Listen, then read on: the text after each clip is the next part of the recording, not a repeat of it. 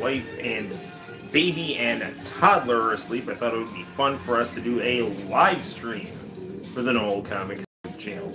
We have my blue vinyl single of Sarah playing in the background here. Now, I have the album Knee Deep in the Hoopla both on cassette and on vinyl. And it's just like one of the most solid albums ever. And Starship is my favorite American band, and they're just fantastic. The reason I really wanted to get the single version of this is just because I really like the album art on it. They do just a lot of really cool stuff with design and dynamic posing and colors and all that kind of cool stuff. Knee Deep in the Hoopla had some extremely cool art. Actually, while we're on the topic here, we'll check out the cool artwork on the extended mix, the extended club mix of We Built This City. Well, in my comic books, what I like to do is actually like to cut up digitally some of the like covers of Starship albums and turn them into things like screen tone. So you know, it's cool stuff. At least for me. Here's the actual Knee Deep in the Hoopla album. Hey, Sinister, man, long time no see. Gonzo died. I did not know that. Honestly, like, I'm a bit out of the loop in terms of rap music. So I don't know if I can even think of anything that he did. I've actually been listening to, what's his name? Ja SLT. He had a song called Y2K that I've actually just discovered. It's about a year old, and it's really good. That's a banger, man. But no, it's awesome to have you on the stream, man. Hopefully everything is good on the West Side. So, yes, and rest in peace to Gonzo. How did it happen, man? Did he get shot? Did he OD? Or was this just an unfortunate like situation where, you know, maybe he had some health problem that nobody foresaw coming? Someone actually, I'll show you guys the actual record. I don't normally show off my vinyl, but you know, I don't know. This was really cool. So yeah, this was got this off eBay for probably about like $10, and quality purchase. Remember a group in the '90s called Caution, sang with Ice Cube, with Rhythm It Takes to Dance. Hang on, there's an arrow on what you're writing here. He was a kid back then. It was his only hit. His only kind of hit. Interesting. Yeah, man. I mean, that sounds kind of familiar. I mean, I definitely like West Coast rap, but my the kind of rappers that I looked up to and were enthusiastic about were all the bad boy rappers, and it wasn't really until a little later on, probably like when I was in college, that I actually kind of discovered things like Warren G. In the Above the Rim soundtrack. Fun fact: he blocked me a year ago. That's always an honor. Why did he block you? Was it? Did you have controversial political views, or I remember making fun of him watching Yuck Mouth for watching. I remember making fun of him making fun of Yuck Mouth for watching wrestling. This whole drama that you're talking about is really interesting, but I have no idea. Like, this totally like went over my head. Like, I was not paying attention to any of it. I honestly don't usually end up paying attention to hip hop drama. I mean, I kind of do. Like, I remember, so when I was in college, like as an undergrad, 50 Cent was just blowing up in the mainstream. He was always just bitching with somebody here. He blocked me over defending Spiderlock, saying he got robbed because I said Spider was just answering a fan. Huh, interesting, interesting. Um, yeah, I don't know. Um, yeah, I mean, I just like my whole thing. It was actually kind of funny because I was like, it's like actually thinking about like this kind of thing in the shower earlier. Because like when you're in the shower, your mind wanders. And I was thinking to myself, it's like, I really don't like Dr. Dre because he is never really famous. Like he's never really like on point unless he's like arguing with someone. I mean, that's not to say that he's not like really talented, and that he doesn't like produce really good stuff. But it's just whenever there's a lull in his career, it's like because he's not arguing with someone. So like let's take a look at this here, okay? When he went solo, he got with Suge Knight.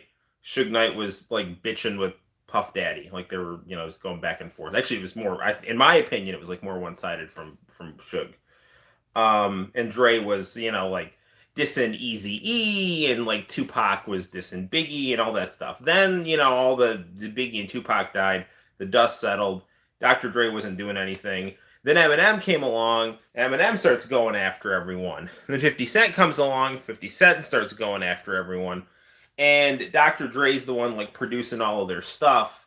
And so it's like he's talented, but it's like his talent almost needs to tether itself to drama-filled bullshit in order for him to really get that edge that people get excited about. And I've always just been more interested in rappers who are just like, I just make cool music and act cool, and I just do my own thing, and don't have that don't they're not interested in that PhD, that player hating degree.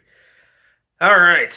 My brother was friends with Arthur Reggie, who voiced Jamal on Bear and Jamal. I always thought, wait, was the bear on that show Tone Loc? If memory serves me correctly. That's awesome that you know a guy who knows a guy that was on Bear and Jamal. I used to watch that. I think it was before Eek the Cat. Arthur and Gonzo were doing a whole tape together. Yuckmouth and Gonzo used to diss G Unit in like 0506. Yes, Tone Loc. He was. I know Arthur personally. That is awesome, man. Well, not that he knows me at all, but you tell him that Bear and Jamal is a show that I never forgot. And I always enjoyed Bear and Jamal on Fox Kids. Like that, Bobby's World, and Eek the Cat, were like the shows I really liked to watch before X-Men. Because like X-Men was absolutely, I can actually see I've got an X-Men comic in the back. Like 90s X-Men. I love 90s X-Men. So I really liked watching Fox Kids, and Bear and Jamal was some fun stuff.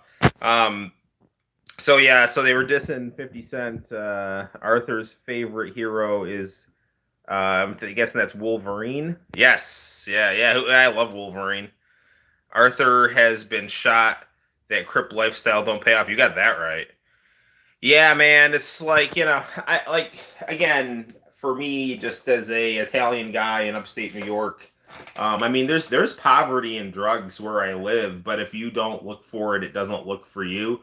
And there's just, I mean, it's a white majority area, so there's not really a kind of a sense of like racial profiling anxiety or anything like that.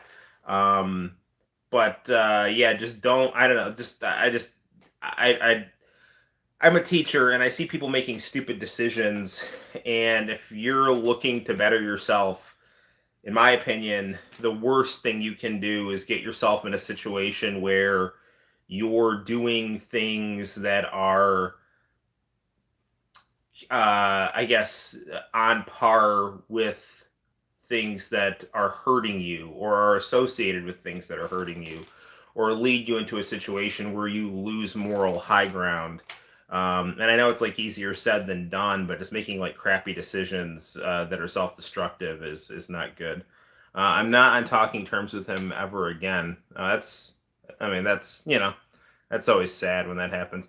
His rap name in showbiz, not to be confused with the one digging in crates. I don't hate anyone, but people I'm loyal to turning on me upset me. Yeah, that sucks. International channel. How the hell are you, man?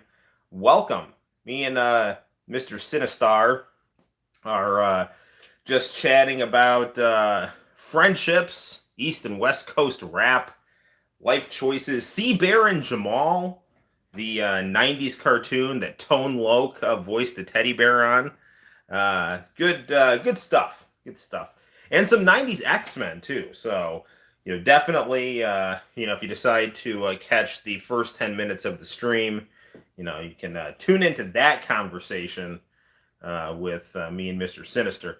Internet was hiccuping. Yeah, I hear that, man. So, fun fact, we got a care package in the mail, if you saw it on the channel earlier tonight, from Italy. And I found a guy, if you're on Etsy, hopefully his store doesn't get taken down, because it's freaking awesome. Especially if you're someone like me who likes the aesthetics of the Famicom. This guy, he's in Italy. It'll take probably about a solid week, which is not bad coming across the Atlantic Ocean for your stuff to get to you. But when it gets to you, you will appreciate it. This guy's called Kaliki Retro Mods. I like his business card. It's got the Famicom Castlevania cartridge art on it, so it's really cool. And what he does is he takes Famicom cartridges, like the Japanese Famicom cartridges, which are some of the prettiest cartridges ever. And I gotta move my PC engine, because when I open up that drawer, the controller cord gets caught on it. And what he'll do is he will put the English language version of the game on the Japanese cartridge. And it's really, really nice. Some games have fan translations. Other games have American translation, like they were officially released and sold and sanctioned by Nintendo. Other stuff. I want to say that this was an internet fan dub, this Dragon Quest III, because I think they actually hacked the title screen. But then I think they used the American translation for the rest of the game, like the official Dragon Warrior 3, but I have to get into it and play it more. But then there's other stuff too, and this really interested me. So Final Fantasy 3, I actually they didn't ruin it, but I'll show you something stupid I did. Hang on. So I am so into the Yoshitaka Amano artwork of Final Fantasy Famicom cartridges that, I mean, not only do I really like the character design that he does, but I also really like the old Final Fantasy logo, okay? So this is a copy of Final Fantasy 3 with Final Fantasy 3's English translation on it, okay? This is awesome, and I got it from Kaliki Retro Mods. Today it came in the mail. But a while back, I ordered, and these are nice. I got Final Fantasy 1, 2, and 3 on NES cartridges. And these were, I think I got these off of Etsy, okay? Now, me being the kind of the OCD type of person that I am, it's like, this is my Final Fantasy 3 American cartridge, which looks very, very nice. But you'll notice the kind of the gloss on the label got taken off. And the reason I did that is, like an idiot, I tried to put another label on top of it with the other Final Fantasy, like it was written in this style as opposed to this style. And when I took the label off, because it looked stupid because the bottom label was shining through, it took the kind of the laminate off. I mean, I still think this looks pretty and nice. But if you compare it to my American cartridge of Final Fantasy II, like, this is shiny and this isn't. So, I don't know. I mean, they're both good, but I don't know. They're both pretty cartridges, but I really like this. This cartridge. That's my favorite looking Famicom cartridge. I'm rambling about nothing, but that's a live stream for you. Noel, have you ever thought I embellished any of what I said? Gonzo was murdered in Seattle. No, I don't, because you know what, man? I mean, maybe you have, and I'm wrong. But do I think that you're lying about what you say? Let me tell you, man, why I don't think you're lying, and you might prove me wrong. Maybe you are lying, but this is why I don't think you're lying. Your stuff is so oddly specific. Like, who would lie about the fact that my cousin knows Snoop Dogg's sister? Or I know a guy who knows the driver of Dr. Dre. Like, if you were gonna lie about things, you would probably lie like, oh yeah, man, I know all these celebrities. Like, I used to get them coffee or something. Like, I don't. You would like make something up that would like you're not putting yourself over in any of your stories that you tell me. You know what I'm saying? Like, if someone was embellishing things, they usually make themselves sound important when they do that. And it's not that you don't make yourself sound important, but it's like you make yourself sound important where it's like, oh, I live a life that where I try to do good things and I'm an interesting person with interesting tastes.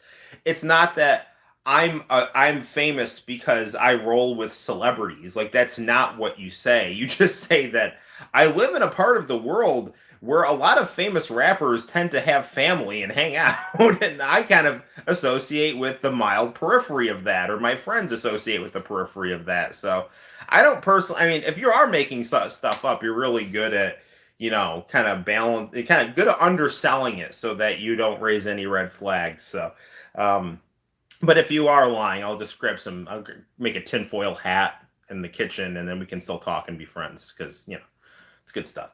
I'll show you something else that I got in the mail today.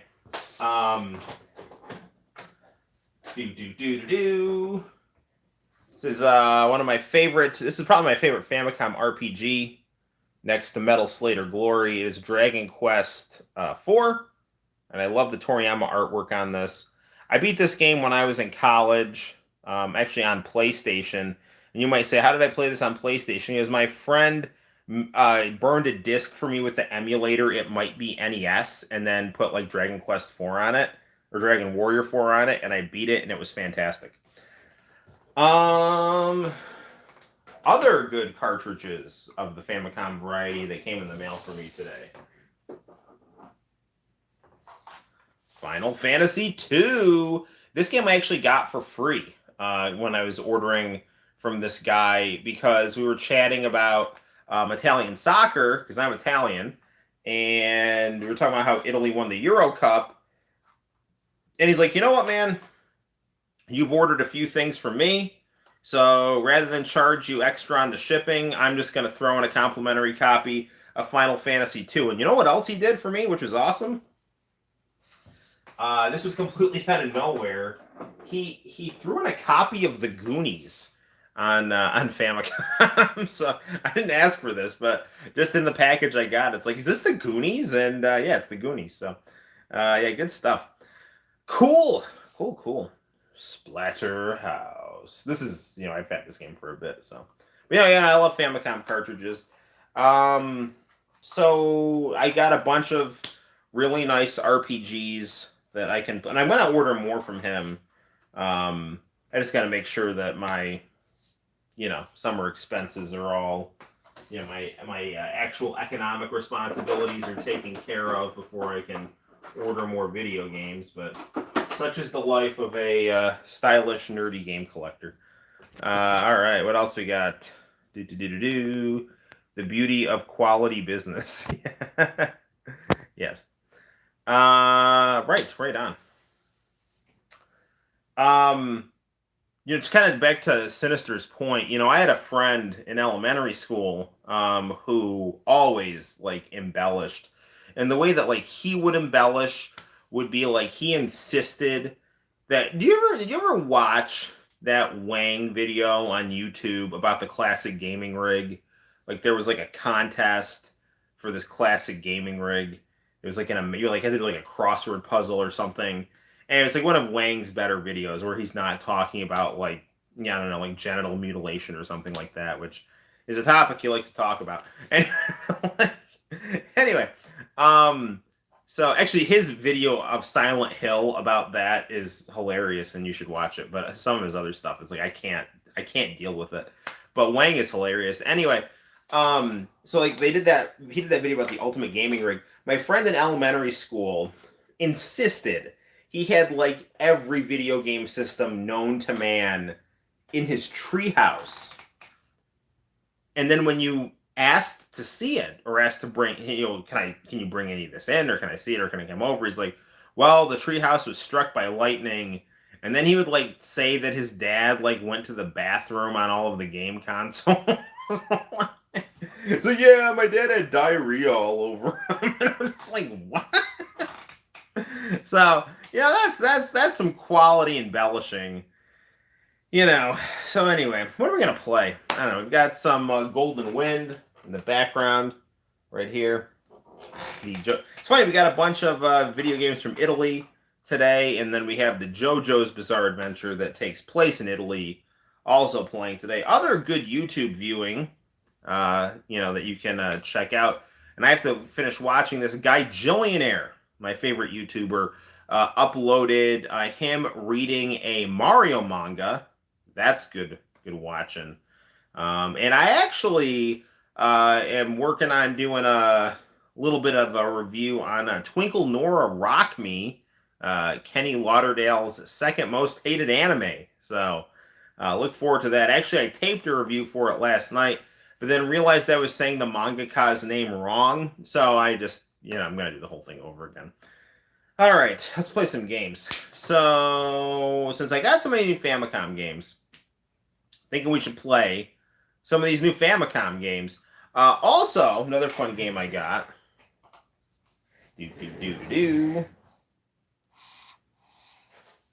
Is I got a copy of Dragon Quest V in English to play.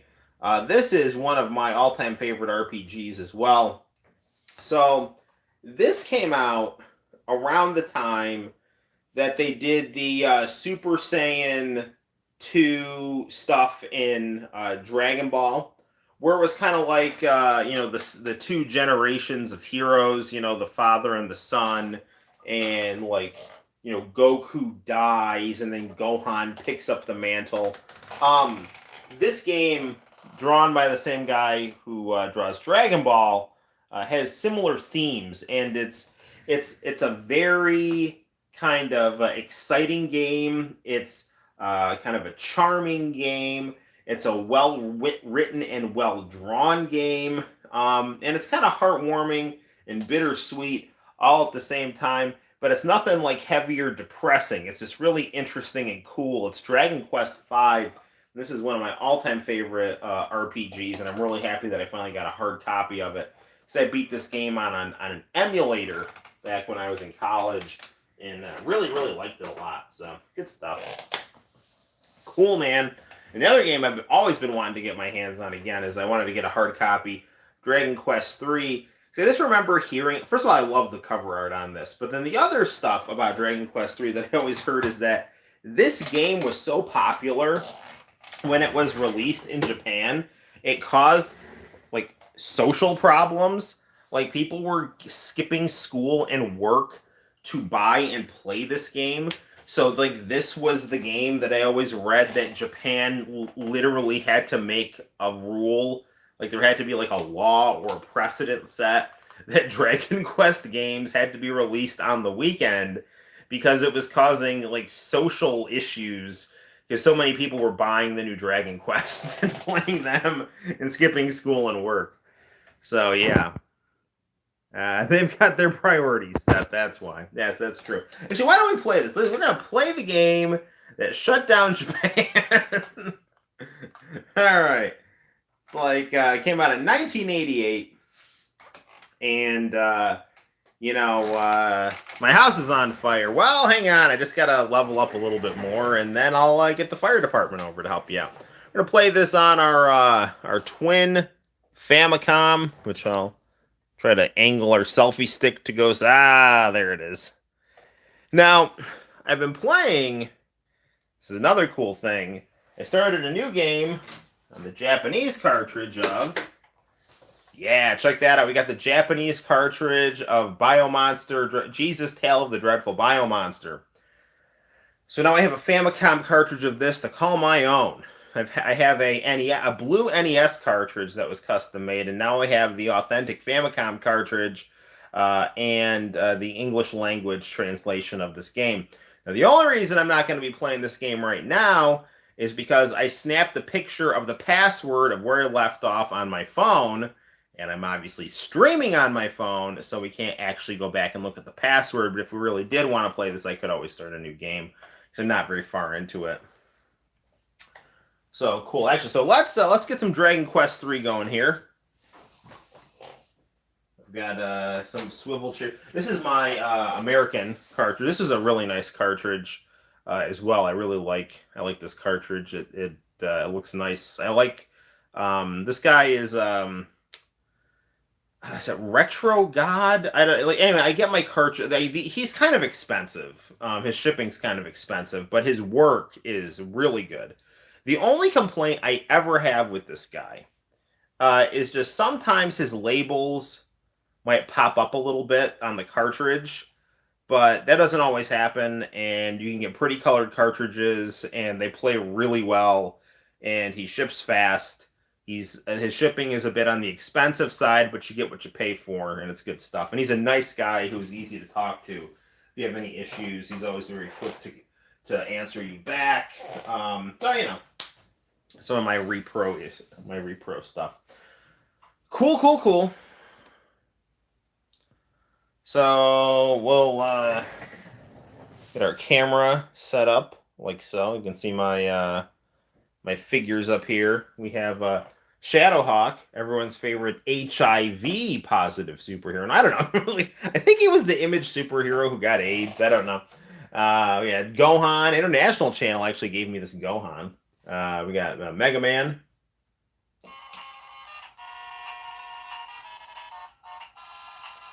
Then we have crap, what the hell is that guy's name? Is that Forte? No, it's not. It's not Base. Is that Base? No. That's Proto Man. And Harley Quinn. Got this from the comic shop Heroes and Villains in Cortland. I got this from GameStop. So Shenlong, Chevron. Get gas and give you wishes too. Let's fire up ye old VCR and Amdec Color 1, and we'll get some Dragon Quest III going right here.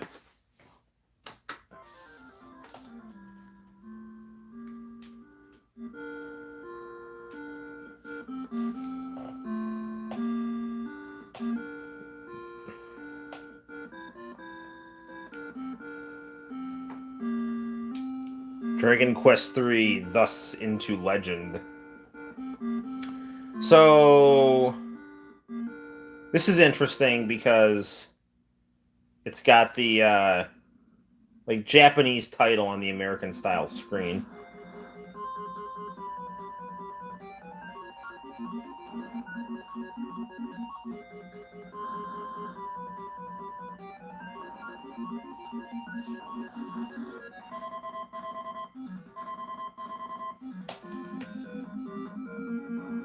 So we have a dramatic opening battle scene right here. I'm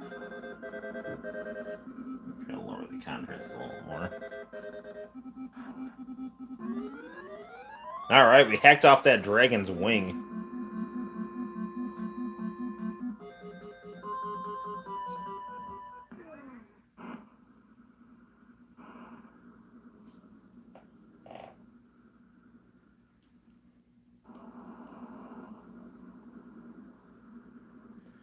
So I turned away for 2 seconds. Did he fall into the volcano? I turn away for 2 seconds, and a guy falls into a volcano. We're going to begin a new quest.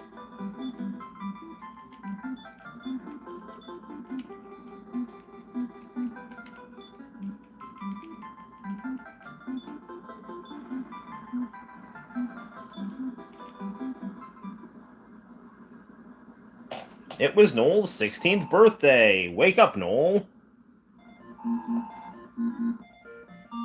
Don't you know that the sun is already up? I should probably. This is a little oversaturated here. Let me see if I can hit the lights and that'll help things along visually.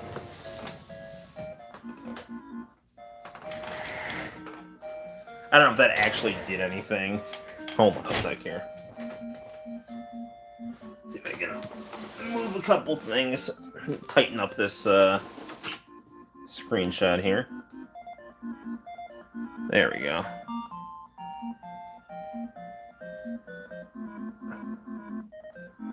Alright, there we go.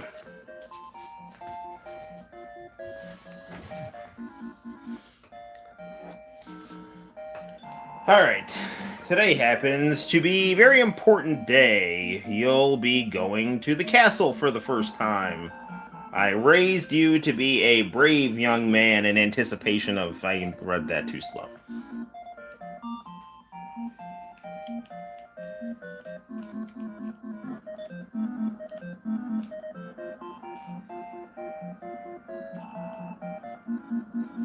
Is that a microphone on this? I'm hearing like kind of a rustling sound. You know, the Famicom's Player 2 has a microphone. If you go straight ahead, you'll arrive at the castle. You'd better remember to give the king a proper greeting. Alright, time to be on your way now.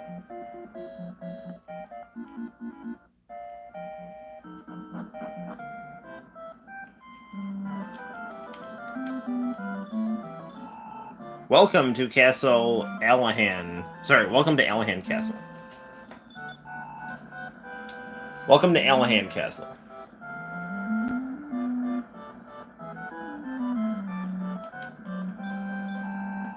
His Royal Highness is directly upstairs.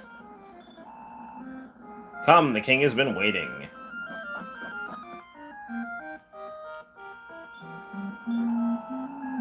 When you return from your travels, make sure you record your deeds in the adventure log.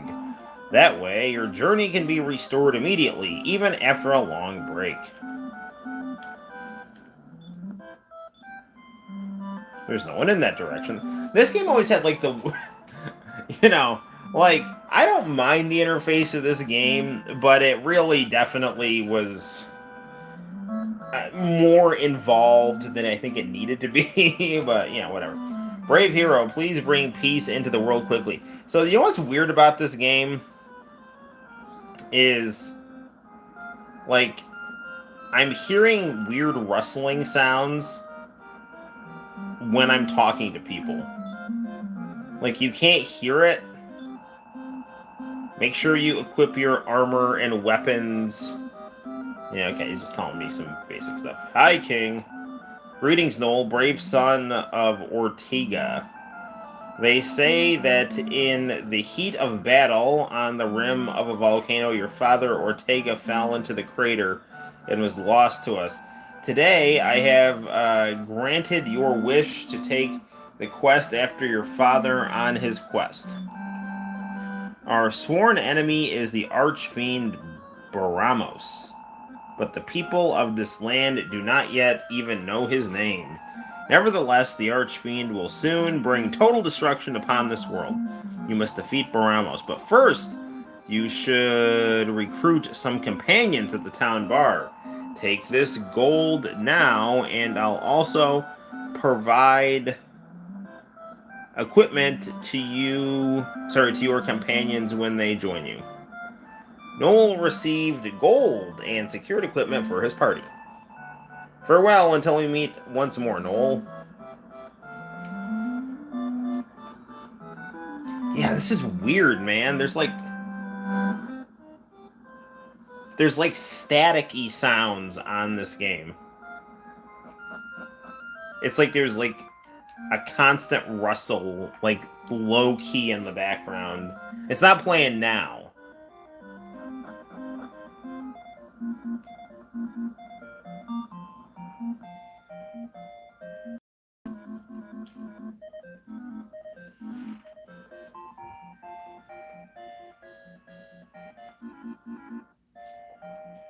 Okay, where's the bar?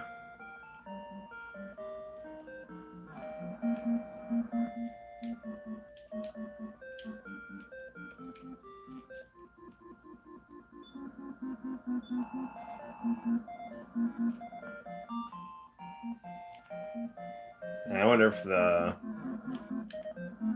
Yeah, no, it's weird. If I bump into something, you'll start to hear the... And it's like, it's very, like, it's low, but it's there.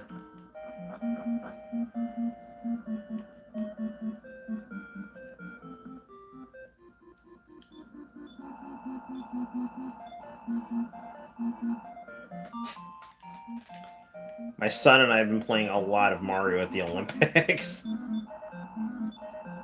Need to play some Final Fantasy 7 tonight, too. Here's the bar. This has got to be the bar.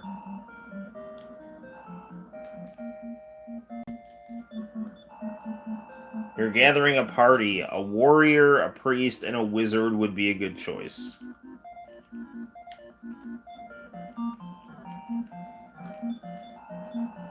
This is Ludia's bar. This is a place where adventurers gather together to team up or part ways. Let's add a member.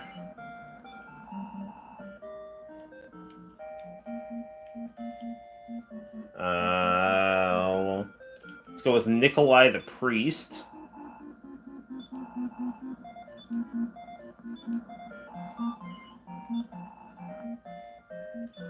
Let's add a member here.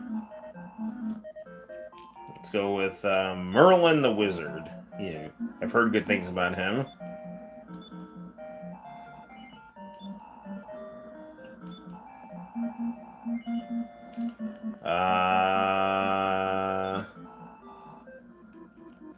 Let's go with Elias the Warrior.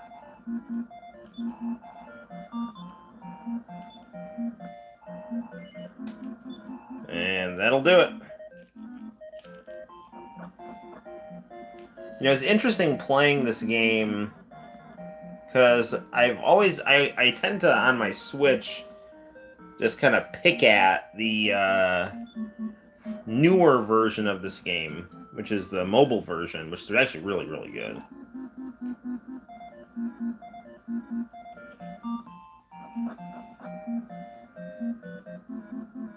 Tell you, this game would be perfect if it wasn't for that weird, mild ambient noise that happens every time you talk to someone or bump into something.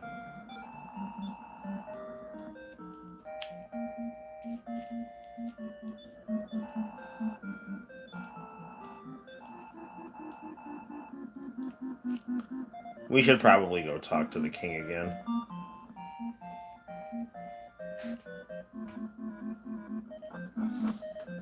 Now, the cool thing about Dragon Quest IV is that you play the game in chapters with different main characters, and then the last chapter is when all the characters team up together. It's a really, really cool game. And it's a cool concept, too. You really get to know all the different characters. Welcome, it's our brave young hero of Alahan. You have to earn 29 points to reach the next level, 14 points. He's just telling us what. Probably just go out and do some little grinding here.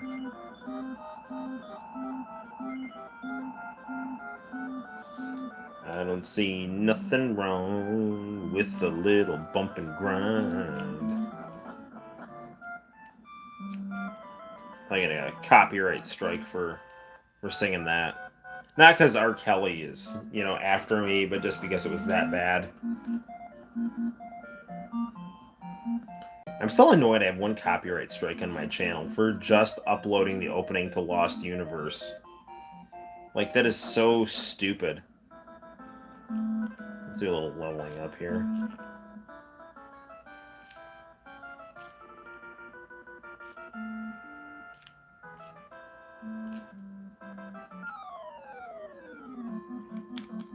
Two giant crows appear.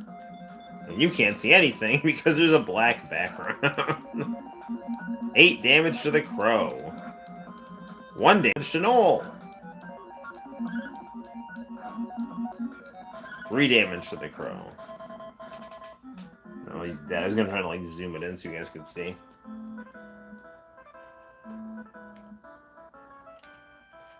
We'll do one more fight and then we'll Ooh, it's everyone's favorite little buddies, the slimes.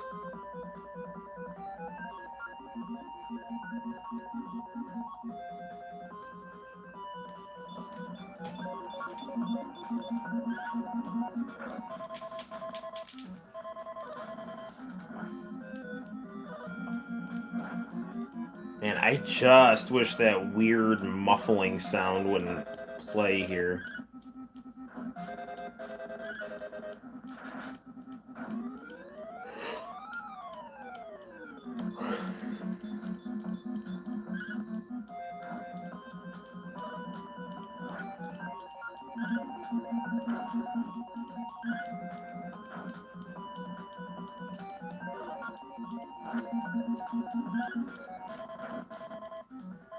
Alright, we beat up these adorable little anthropomorphic raindrops.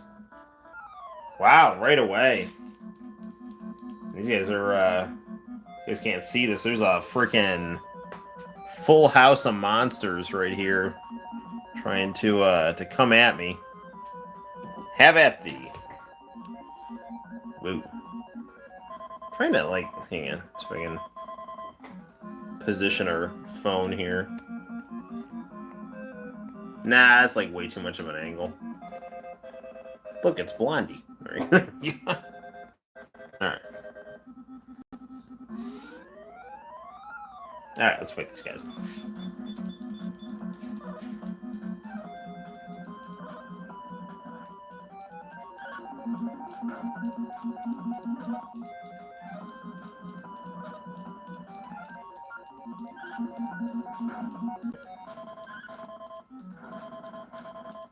Alright, 9 damage to the crow here. Gotta tell ya, like, this version of the game, I'm doing more... Ah, jeez. I was gonna say, I'm doing more damage to enemies than on the Switch version, but one of my guys just got killed. Just gonna take out these slimes, or we're gonna have to go back to town and get healed and save.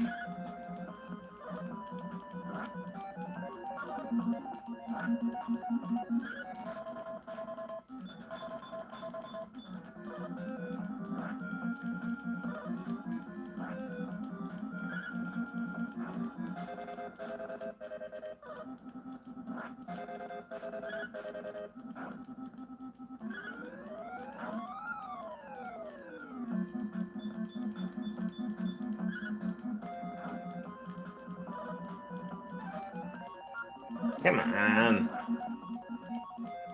Man, I got 2 people dead.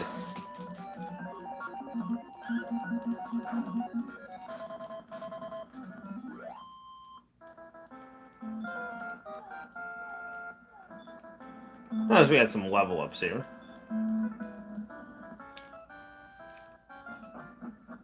Alright, let's go find a priest here. It's a bar, not a church. Always good not to confuse those things.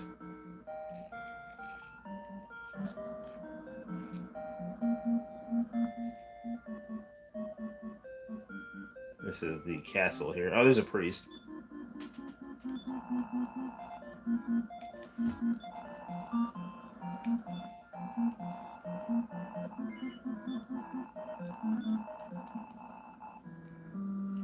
You know, priests probably shouldn't be charging money for healing the sick. This is why people get cynical attitudes about religion. No, I don't want to detoxicate anybody. Do not be force-feeding my friends orange juice until they puke.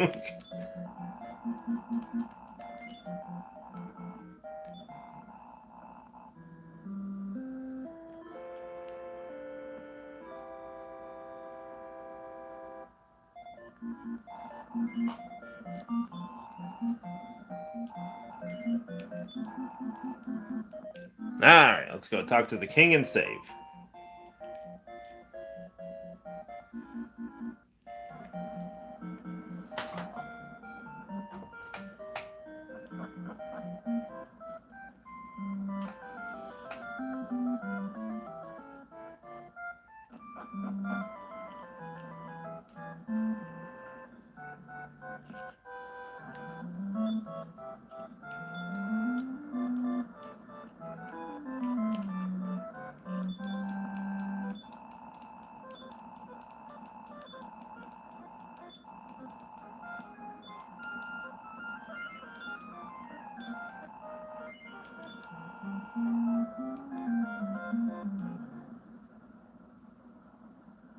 Hold down the reset button while turning off the power.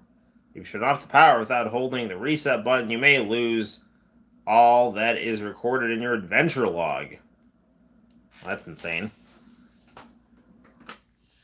Yeah, that was great, except, again, weird random, like, rustling sounds when you talk to people or bump into things, and they tend to stick around, so. Cool. What should we play next? If anyone has said anything interesting in the chat, I know that, hopefully this isn't, like, getting, too boring. I know that, watching someone play RPGs is, not necessarily the go-to thing for, like, streaming content. Why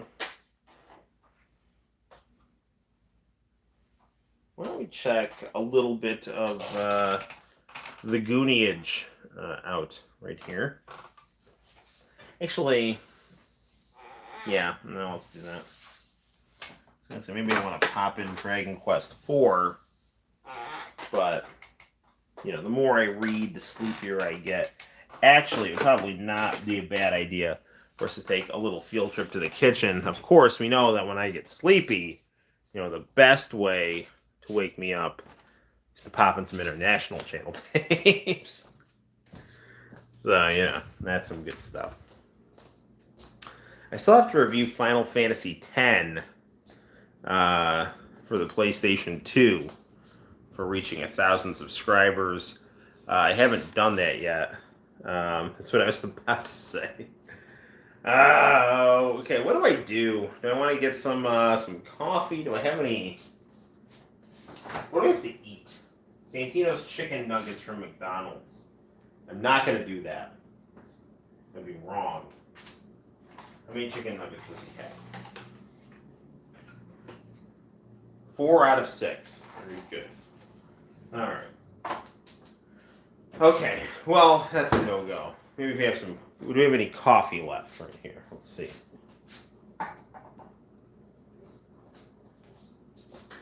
I should also play some Final Fantasy VII Remake. Just because, like, that game and Biomonster Jesus are the big games I want to beat before I have to go back to school. Alright, do I have any coffee left? Here's the moment of truth. I think I hear something in there.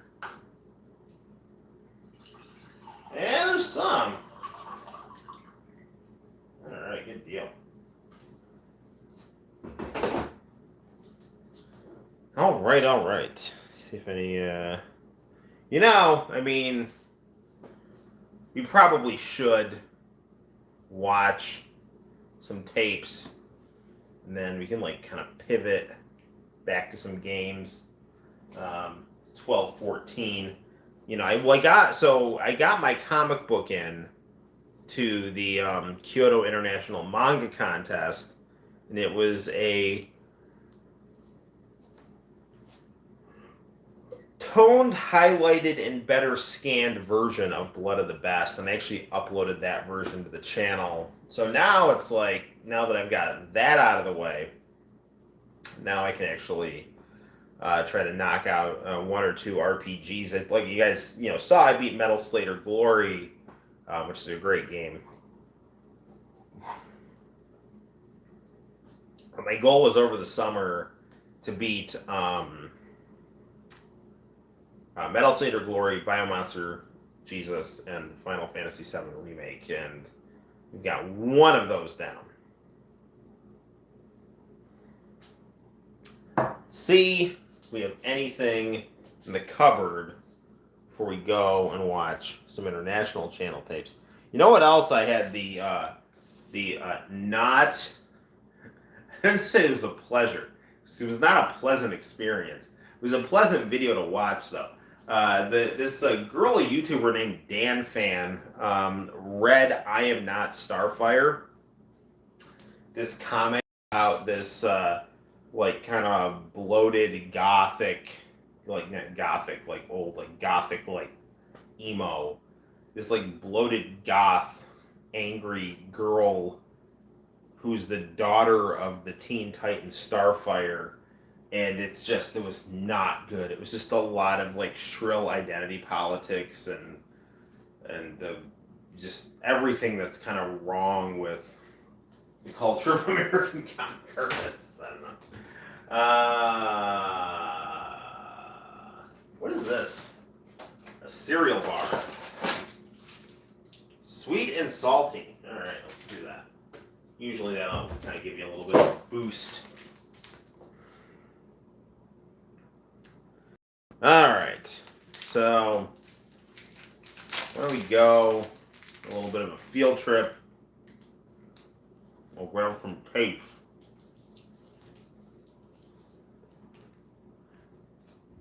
Playing RPGs always makes me drowsy.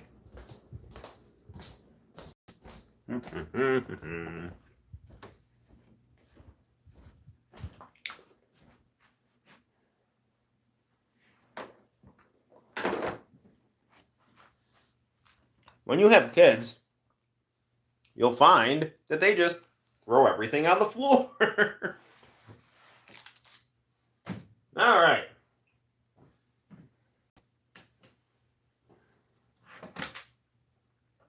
What do we have here?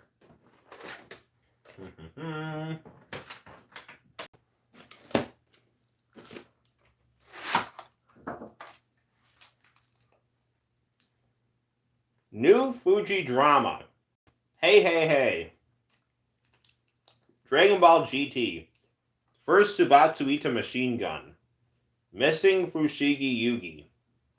Music Fushigi Yugi. Zone video on Revolution.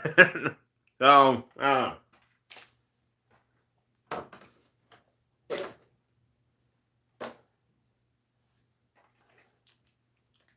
I have, you'll appreciate this international channel. TM Revolution on Pop Japan TV.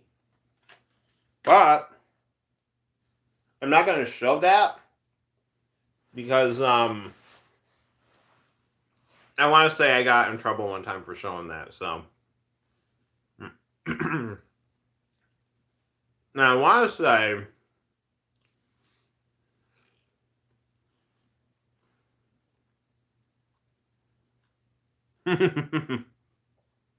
hey Arrow, how the heck are you, man?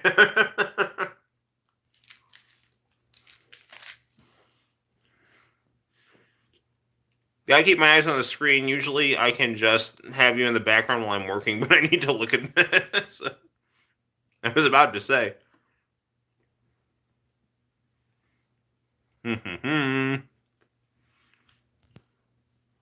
Awesome. All right. Fixing some stuff of mine earlier. Cool. What were you fixing?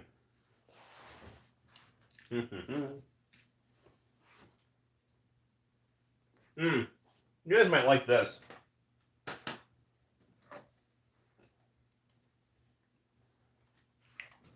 So, I have an HOT song on here. R. Kelly's Ignition. The Last Big O.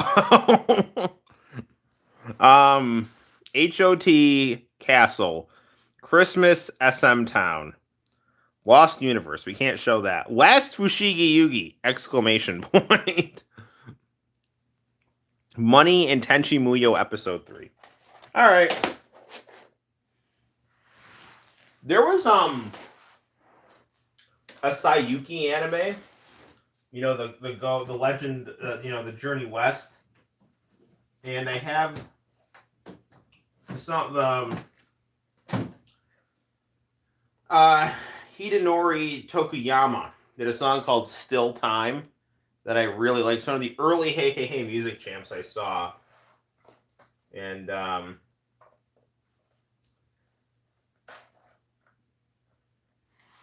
Votoms, Captain Tyler, first Dragon Ball Z Gohan in high school.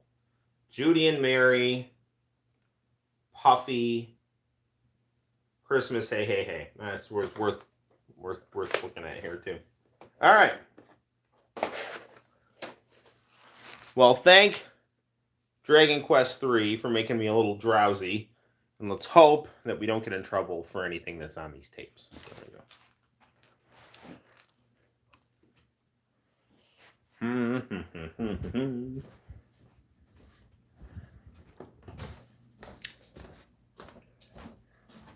Got our pile of Famicom games right here. So, but these are literally all reading games, so I probably shouldn't play those, as we all know my tendency to get drowsy when I have to read at night. So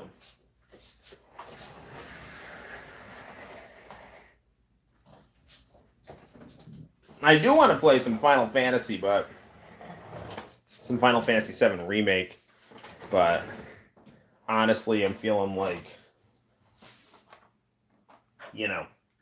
the less I have to read, the better.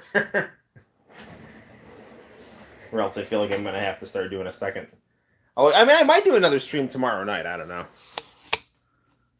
I mean, I want to take advantage of the time while I have it to, do this kind of stuff. Oh, wait. Did I forget my coffee? Hold on 1 second.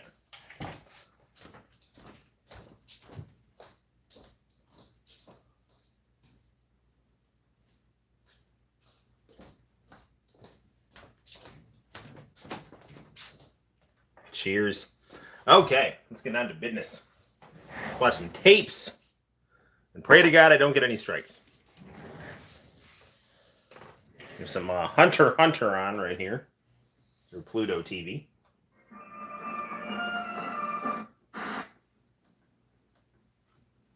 Hey, turn on. There we go. Okay, so let's grab this tape here. See where we're at, right?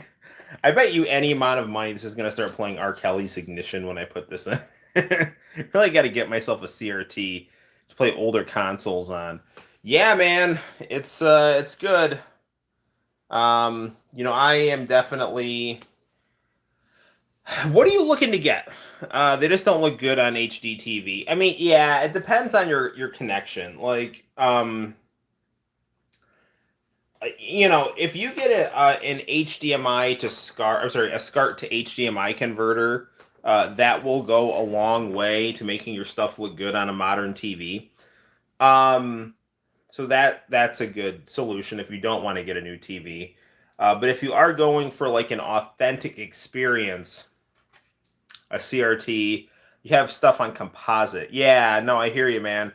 You'd have to get like a SCART cable if you're assuming that your composite gaming consoles have RGB inside of them. Because not all of them, like 3DO doesn't, Famicom doesn't, but like your Sega consoles will, your PlayStations will, your Saturn will, that kind of thing. PVM, is definitely a good way to go. But if you have composite on eBay, you might still be able to find some AMDEC Color 1 monitors. And if you have composite video, like you just want to connect your composite video stuff to a really good quality, you want like a nice CRT monitor that was made in the 80s. The composite video on the AMDEC Color 1 is really, really, really good. It's native composite video that looks incredibly clear and vibrant. And that's what we were just playing on. You probably couldn't tell because of some of the like the feedback glare, but that's really good. Or you can't go wrong with the Trinitron, definitely. Flat screen, high quality image. And like I said, man, if you can like find they're like now it's like it was always there, but it's like it's easier now to have access to ways to get RGB out of your gaming consoles. But if you're just into like the aesthetics of composite video, You know, it's not hard to find a good CRT TV. It might be a bitch to get shipped to your house if you're getting one off of eBay, though. But expensive way. They might kind of gouge you on the price. Yui peeled up the doctor. Senju's already here, you know. So we got some Fushigi Yugi here Holy cow! on the international channel.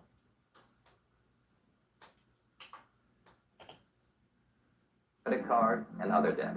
With mortgage interest rates as low as they've been in years, it makes perfect sense to refinance now. H&R Block Mortgage. So guys, you can refinance your mortgages, so that's good.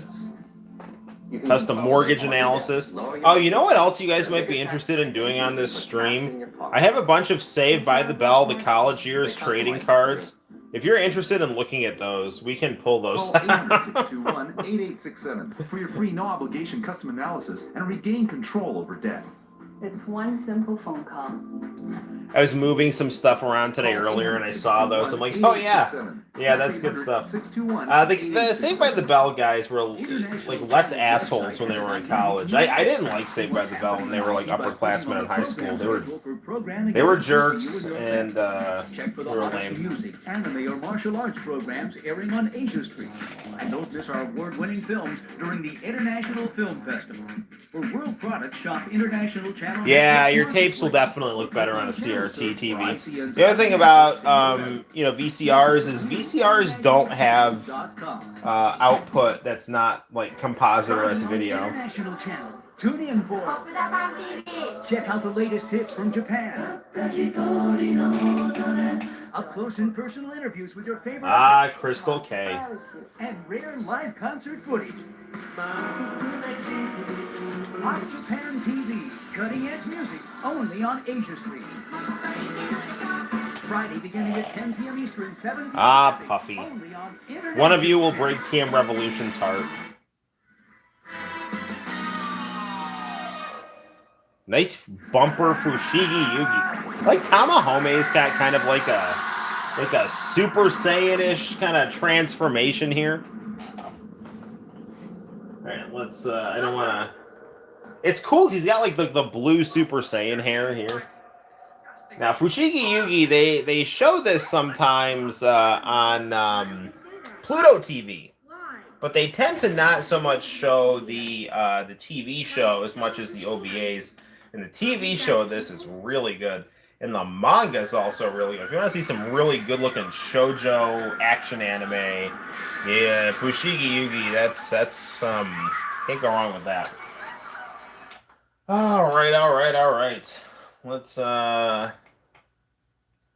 fast forward this a bit.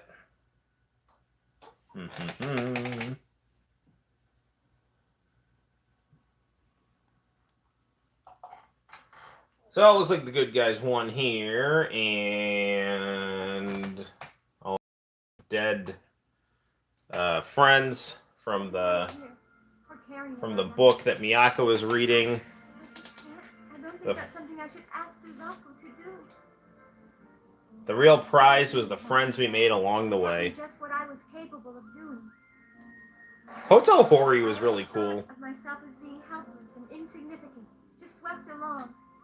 I was always trying to please everyone else. I actually, my family and schools and my exams. I don't know, man. Like, the first set of Fushigi OVAs, I didn't like that Tamahome died at the end. I know that they had to, like, do that to get Taka, and then they give, like, Taka all of Tamahome's memories back, so it's like, it's all good. But that kind of, like, pissed me off. You taught me all that. All of you did. No, Nadia. Do you mind? Can I borrow your body one more time? Because once more, I want to hold her in my arms. So, you know, like, again, all these American comic books have all this, like, identity politics stuff in it. And, like, Japanese manga, like, completely devoid of shrill political preachiness, had every manner of, like, gender-bending character, with a variety of sexual habits. And it was just, like, it was just, like, an organic part of the story that, was made to please certain reader like, okay, so yeah, I've been watching a lot of the Cypher the video, you know, and like, you know, girls in Japan have this weird, it's like guys in America. It's like they have these like same-sex romantic sexual fetishes, you know. So like guys will do that with like girls, and girls in Japan will want to do that with like guys. And so like in the anime Cypher, like the brothers will like kiss each other or something, you know. And it's like the Kenny Lauderdale video is like, oh, by the way, they're not gay. I don't have any way to put that in other than to just say that. But anyway, what I'm saying is like a lot of girly animes would have all kinds of gender bending stuff, and it was just like it was an organic part of the genre. It's like now you like pick up an American comic book, like beating you over the head with crap, you know. So anyway, I'm rambling now. All right, back to Fushigi Yugi here.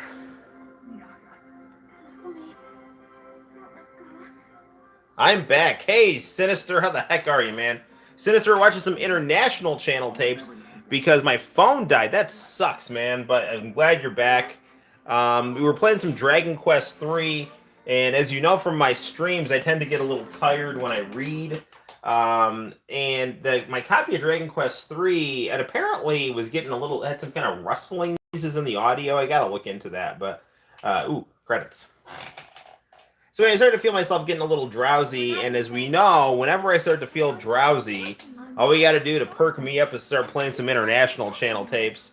So I just popped one in. It looks like Fushigi Yugi's on here, and Sinister, you'll appreciate this, man. It says labeled on the tape R. Kelly's Ignition. So we'll see if that starts playing and if we get in trouble. It looks like these credits don't really have much music. It's like a lot of narration stuff here. Normally Fushigi Yugi credits are like really good, but not that these ones aren't good, but it's just like doing a lot of narrative stuff here. Wait, hang on a second here. Let me rewind this a little bit.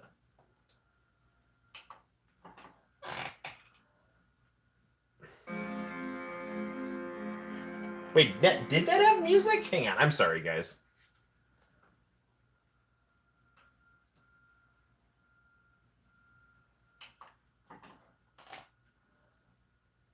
Narrator, huh? Tetsu's waiting for me up ahead. Come on, I'll buy you lunch. Wow, this has really made me think about how there's still hope for this world. You see, this spring, we had a kind of strange new guy transfer into our school.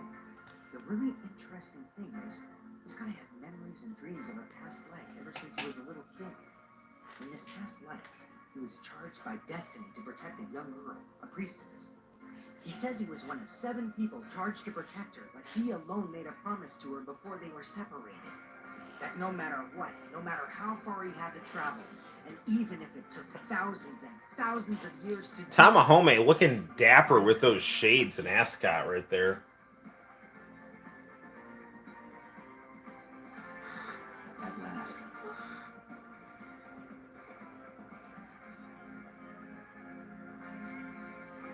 At long last. I found you. Man, when can you get around to having capture set up? This stuff ought to end up archived somehow. Bro, honestly, man, just archive as much of my stuff as possible, please, because I'm just scared and don't know, you know, I don't want to lose my channel. Yes, I know, man, I will. On IC. Get down with Korean Music Countdown during Asia Street. Monday at 10 p.m. Eastern, 7 p.m. Pacific, only on International Channel. Monday on International Channel. The anime Lost. No. We are not even gonna.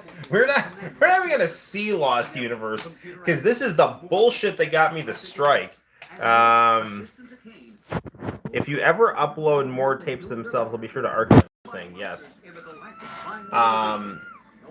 Yeah, again, I'm not like, you know, Kenny Lauderdale is like so much more famous than me, but like, you know, I mean, I'm kind of annoyed that like I don't want him to get a strike, but like why does he get to upload Lost Universe clips and all I do is upload the opening credits and like I get a strike, you know. Now his was, I mean, I understand like he did it in kind of like a comedic way, but what is wrong with opening credits? I'm sorry.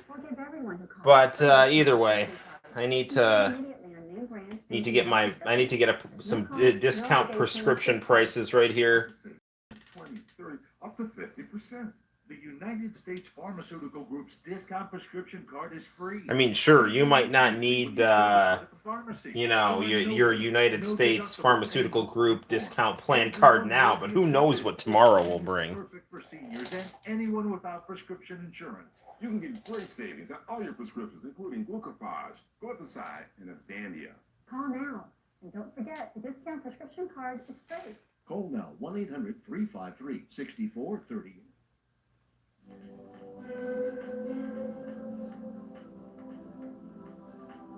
I mean, I have more tapes in the basement too. They're all in boxes, like plastic boxes, like bins.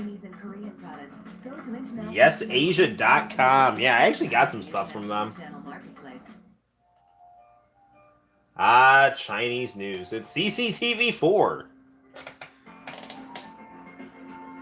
Alright, let's fast forward this a little bit here. I've got dogs, McDonald's, a GameCube commercial. What the hell was that? Ooh, wait, an old Atari, Dragon Ball fighting game commercial.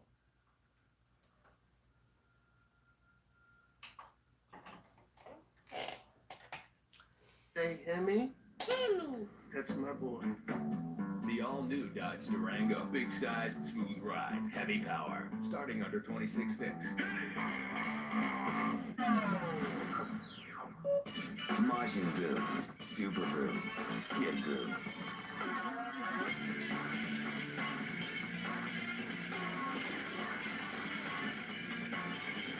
Evil comes in 3 new flavors. Dragon Ball Z Budokai 2 for the PlayStation 2 console. If you've got a favorite character, you've got to fight. Rated T for teen. That's a pretty good game. Ah, Big O. Big O, Big O, Big O. See if this plays some opening credits here. Understand, Roger. This city was created to be a stage with no memory prior to 40 years ago. Alright, hang on a second here. Let's fast forward this a bit. Big O is definitely cool, but I think we're all here for the international channel stuff. Plus, who knows? Like, I don't know. Big O is a little bit more... I don't know. It's like a Sunrise anime. I don't know if I'll get in trouble. Like, Sunrise is pretty... They're, like, still very active. You know what I'm saying? Like... Showing some random old... Oh, I don't know. Who knows? Like, Princess Rouge got me a strike, so...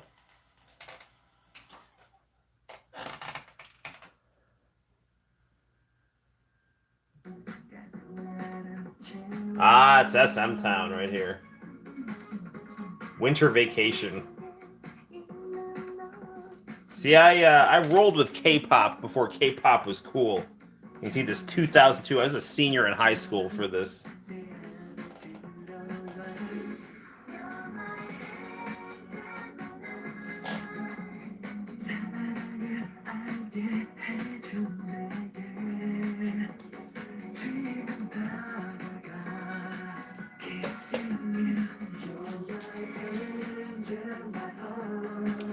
Early 2000s K-pop, you know, the guys were really good at having that, like, long hair eye sweep thing. Hey, like that right there, yeah. It's like everyone, like, wanted to have Cloud Strife's hair, and who could blame them?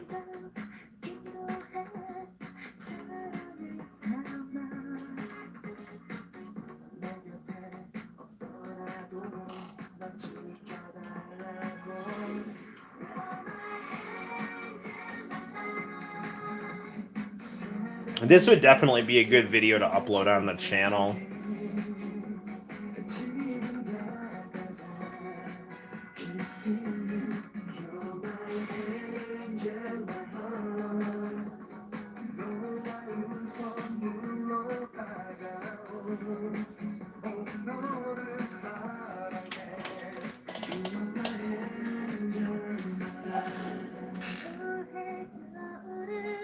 Apparently, like, K-pop fans on message boards are really psychotic.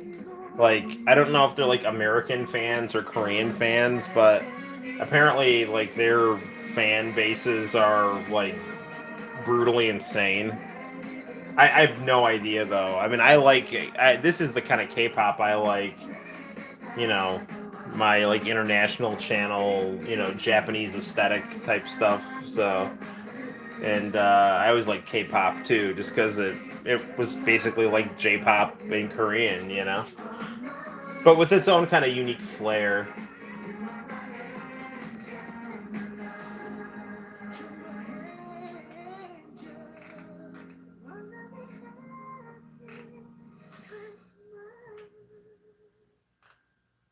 Yes, happy Christmas, everybody. My favorite time of year. After a very successful year in 2003, Jordan's keeping her cool doing Look, see, she's always at an angle right there. Wearing a Santa hat.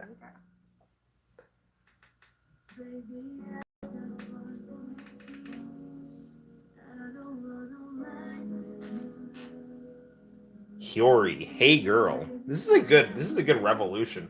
A lot of the time they've got those like Korean R&B songs that get a little whiny and long-winded. They're like these short films. This has got some bounce to it right here.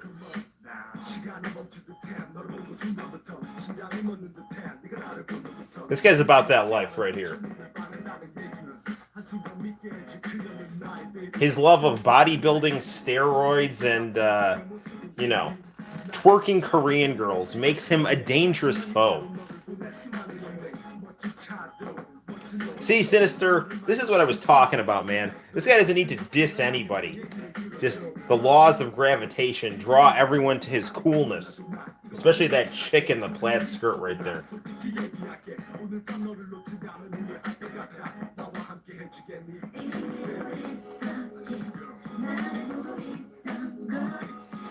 You thought Ja Rule was cool. Check out his Korean equivalent.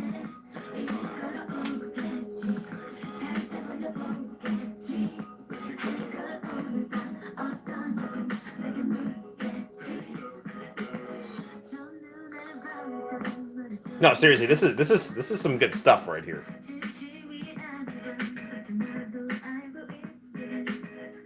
The song is copyrighted Budokai 2. I'm just looking at the comments here. Yes, it's Christmas in August. Is that John Cena? I knew a guy stationed in military. Yeah. This is before John Cena, man. John Cena copped this guy's style, man. This is 2002. So we're dealing. So okay, this is like 2002, 2003. So we're dealing with like Hogan in the WWE NWO right now. Cena's still in OVW right now.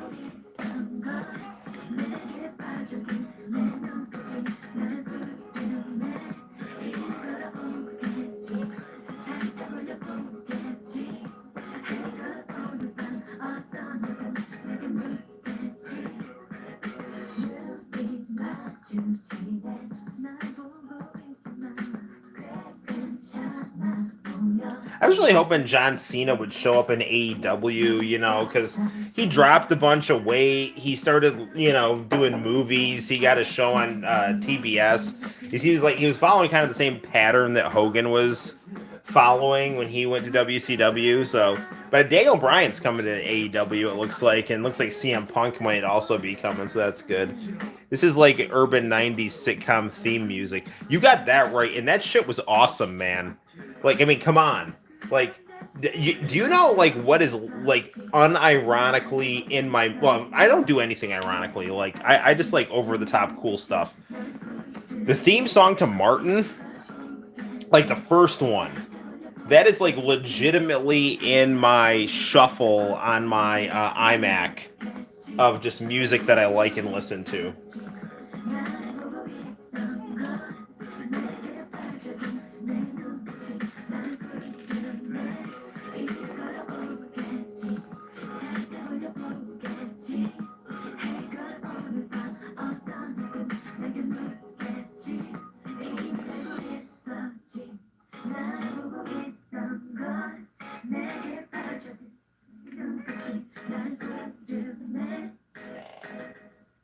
There's some cool stuff right there, man. There were I didn't know what to you do. know, the streets mean everything to them. Grandson's name. He had trouble doing even everyday things. These problems may not be normal aging. They could be early signs of Alzheimer's. And studies show the sooner Alzheimer's is treated... This is a randomly depressing international channel commercial. Usually it's like, increased your bust size and, you know, Miss Cleo. And then the one great commercial where Miss Cleo increased her bust size. That was, you know, it was all in the cards right there. And now the new episode of Romanian Voice commercial right here. Not sleeping well, muscle cramps, feeling tired, or not feeling hungry. In studies, if you caught it like a late night broadcast, every 12th commercial was Girls Gone Wild. Not that I was counting or anything like that. Alright, you've got a bathroom break. It's commercial number 7. You've got no, just kidding. MBC. This was a Korean outlet that international channel used to use.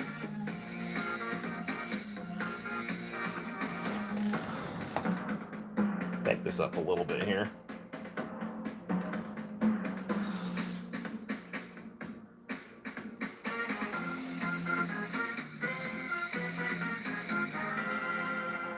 Monday on International Channel, the anime Lost Universe. Nah, I still don't trust it. Avert your eyes. Do not look at the Lost Universe stuff. And Millie, assistant to Kane, terrible cook. Millie, assistant to Kane, and terrible cook. Yeah, it's Lost Universe. You saw and heard nothing. Alright, what do we got now? The Forbidden Show, yes.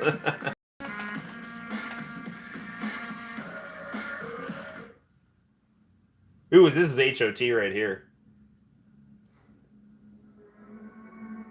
The outside castle. We're one of the people, I said. Wait, what was it? I missed the first part of that. Oh, the guy stationed in Korea? Who liked the cool Korean hip-hop that sounded like urban sitcom music. Oh, another really good urban sitcom opening. Of course, The Fresh Prince of Bel-Air. You know, there's some quality stuff right there.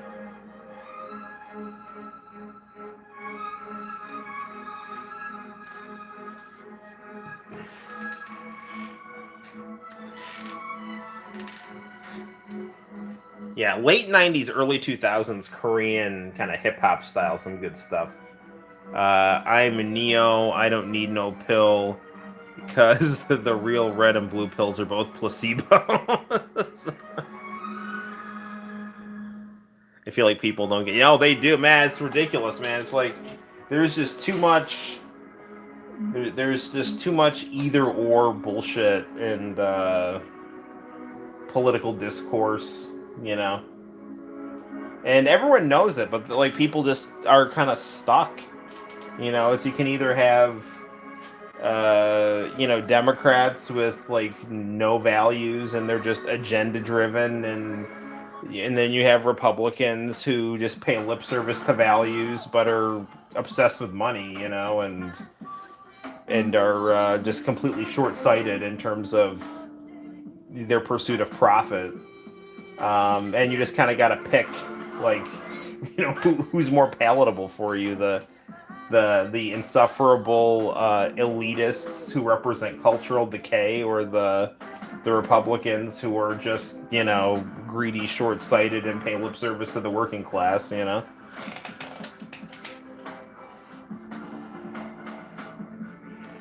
This director definitely understands how to get crazy reflections out of people's eyes. It's good stuff. Join the Dark Order. Sinister, you're on fire tonight, man. Dark Order, they turned... Dude, I don't... Did you see Dynamite, where they had... Kenny Omega. They had the Elite in, like, Space Jam warm-ups. And they were fighting Hangman Page in the Dark Order. It was really good. Oh, dude, Impact Wrestling is getting so good right now with Jay White and the Elite.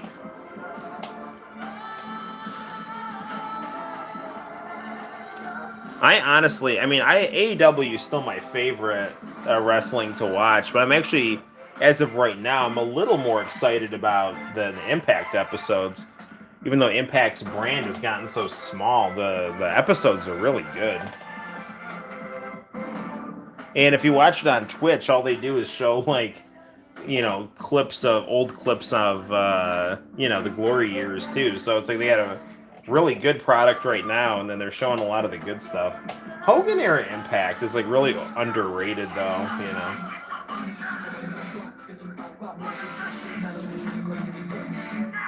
I loved Impact. Yeah, dude, that last pay-per-view was freaking insane too. Yeah, that was fantastic. Chelsea Green has not been doing her Psycho Bride character that much though, which is, I mean, whatever, but I really like that character. Yeah, that Impact pay-per-view, I had some people over for it, and it was the most fun I've had hosting a pay-per-view in years. I mean, I have absolutely zero interest in watching WWE. Like, I can't. I don't care. I just don't care. I'm at that point. I don't care.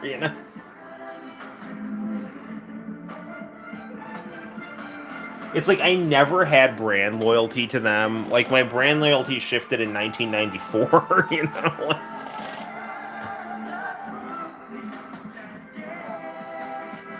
I mean, it's cool, like like I said, if you like WWE, that's fine by me. It's like, and I'll watch it if someone wants to put it on, but I'm just not.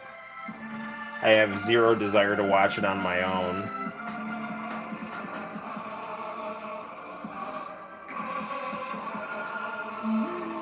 The Elite altercation with Jay White was great. Yeah, really, really good stuff. I really want them to do some more with that, because that's interesting stuff.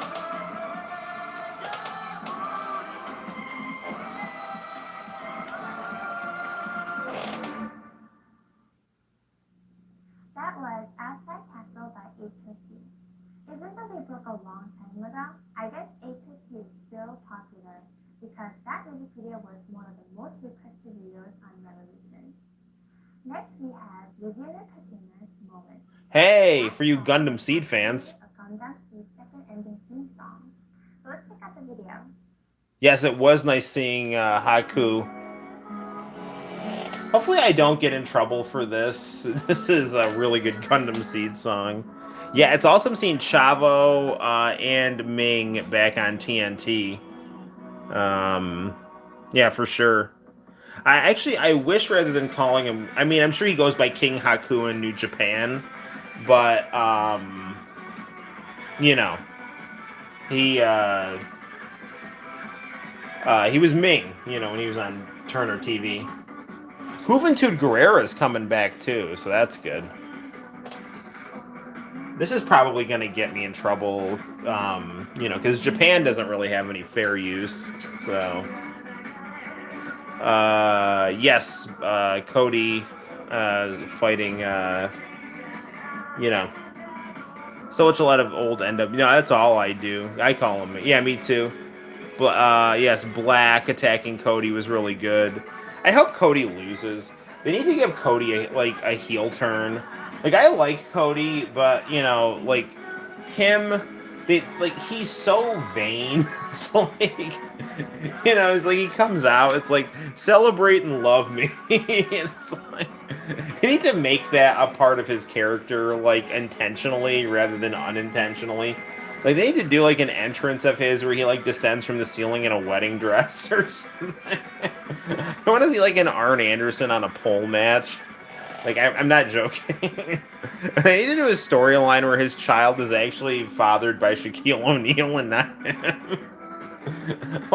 They all, say how great Cody is. They should do this thing where, the announcers are, constantly putting Cody over because they're afraid of him. And it's Like, they should do, like, Brandy's baby as, like, Shaquille O'Neal's head superimposed on a child's body, and then they keep saying how much the baby looks like Cody Rhodes because they're afraid of Cody. Like, these are the wrestling storylines that I think of. Arn Anderson on a pole and Shaquille O'Neal's head on a child's body is a recurring character. So, if you keep shaking the camera, hang on a second. If you keep shaking the camera a bit and keep talking, I think they won't realize. Go on and on. There's obviously nothing playing on TV. Yeah. Yeah, this is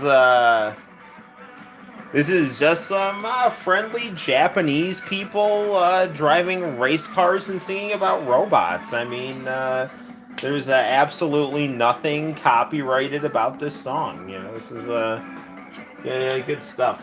Vivon actually she did one of the closing credits to Virtua Fighter, the anime. Nothing to worry about. Nothing potentially copyrighted here. Yeah. Yeah, it was one of the closing credits to Virtua Fighter, the anime, and I can't remember. I want to say it was the second one that she did the closing credits to, and it was really good. So, yeah, no, Gundam Seed had some great music. That was kind of TM Revolution's kind of comeback. I didn't like go away that long, really, but kind of laid low for about a year, and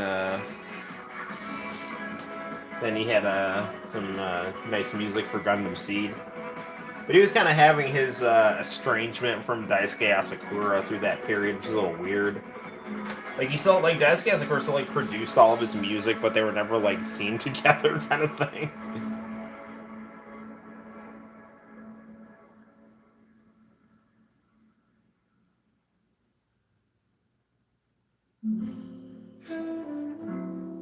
Ah, alright. Playboy Jazz proudly presents Jazz After Dark. Playboy released a jazz album? I don't remember that.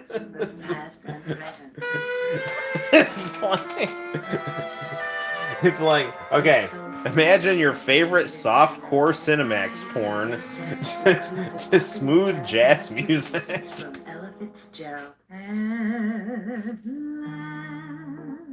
See, not to be weird, but I find absolutely none of these songs good for setting any kind of romantic mood. These are like annoying songs they play when someone wins the World Series or something.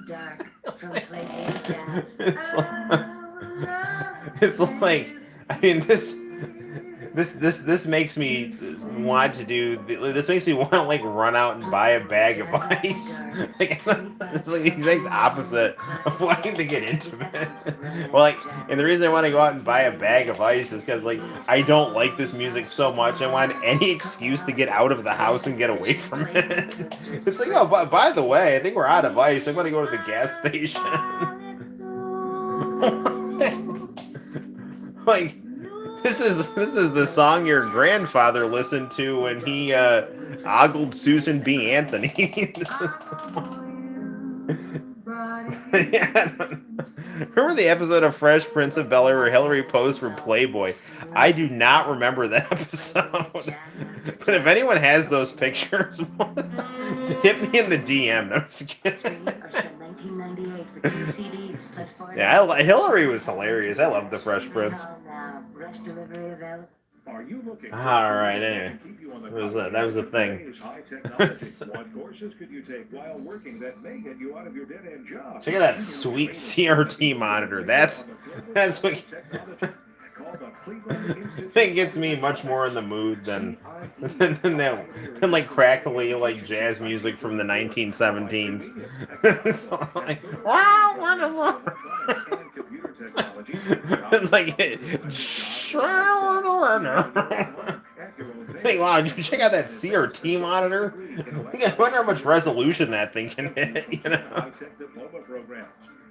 It'll make Bushido Blade look so So smooth and crisp. System is available to every student at no extra cost. They had Hugh Hefner talking to Uncle. That's starting to ring a bell. That's starting to ring a bell now that you're mentioning it. We'll rush you our free CIE course catalog. Call now. I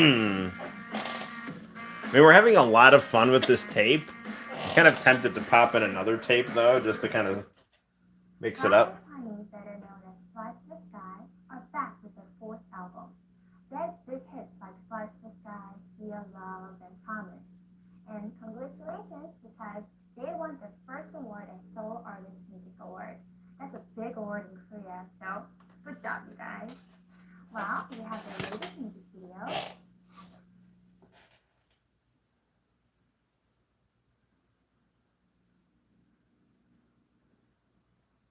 I have a feeling I liked this music video. Nah, maybe not. Alright. Nah, I don't know. Maybe I did, but let's pop in a new tape. Not that, I mean, like, I could watch that all night. In fact, I think we're on the... It's one... See, you know, time flies when we're watching tapes. Although, I don't know, man.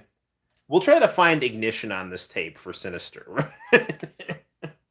It's the remix to Ignition, hot and fresh out the kitchen.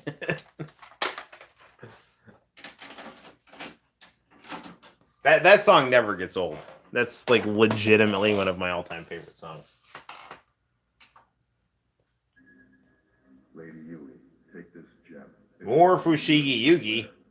If for some reason we're ever separated, it will allow you to communicate with me. All right. Don't do it, Yui. She's going over to the dark side because she's jealous of Miyaka.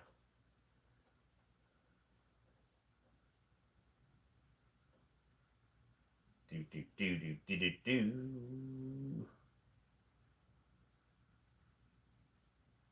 Yeah, pretty girls. We have cool, broad-shouldered guys in sunglasses. It's a shoujo anime at its finest.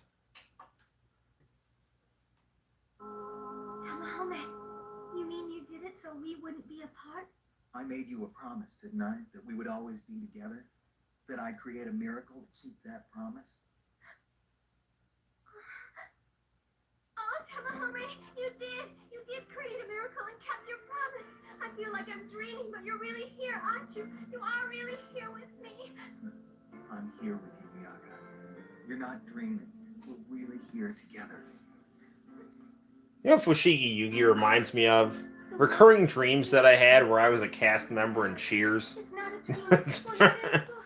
Noel, did I talk to you about how the really early Yu-Gi-Oh! Dub sounds distinctly different than the later ones, and I can't quite put my finger on it? No. I don't know if you did. I never really watched the Yu-Gi-Oh! Dub, mainly because... I mean, I did a little bit, but... It was, like, the 4Kids anime stuff was so... Like, a Pokemon was, like, okay. But, like, it was, like, the One Piece stuff was horrible. And then, like, the Yu-Gi-Oh! Stuff was, like, okay to bad, in my opinion. But I liked to watch, whenever I could, like, get my hands on, like, the Japanese Yu-Gi-Oh! Like, Yu-Gi-Oh! Season 0, like, the Toei animated Yu-Gi-Oh! Where Kaiba had green hair. That was some good stuff. Really good stuff. Let's fast forward a little through this here. Although I do love me some Fushigi Yugi. Is obvious by the fact that pretty much anytime we turn on a tape for this live stream, it's got Fushigi Yugi on it, so...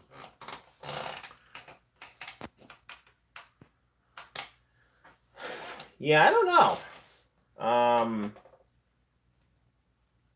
I watched, I mean, out of, like, famous dubbed anime, the ones that I would have watched the most would have been the ones on Toonami. Like, Dragon Ball Z, Gundam Wing, Outlaw Star, Tenchi Muyo.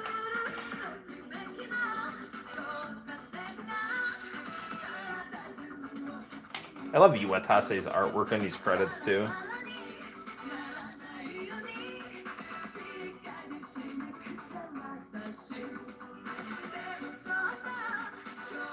I always really liked that. I like Initial D did the same thing, like where they show like the manga and the anime at the same time.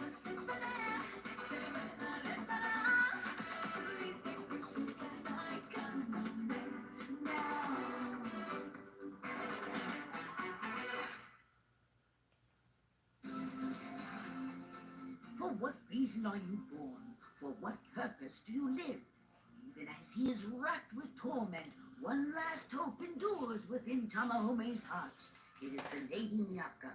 He has risked his body. I feel like that's just a cost-cutting production for the ending. Well, whatever it is, it works. On a love that has been his reason for living. Next time, repose of the soul's light. Now, there is no doubt. I really like that the Japanese dub of X-Men did that. They showed a lot of the manga, I guess the American comics. They showed the pictures from them. It's at the end of the tape.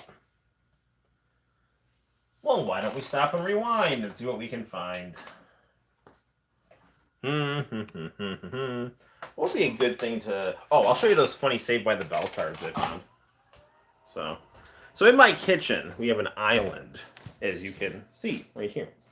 And in the base of the island, I have some prints of drawings that I did that I will sell at the comic shop whenever I have a table at an event.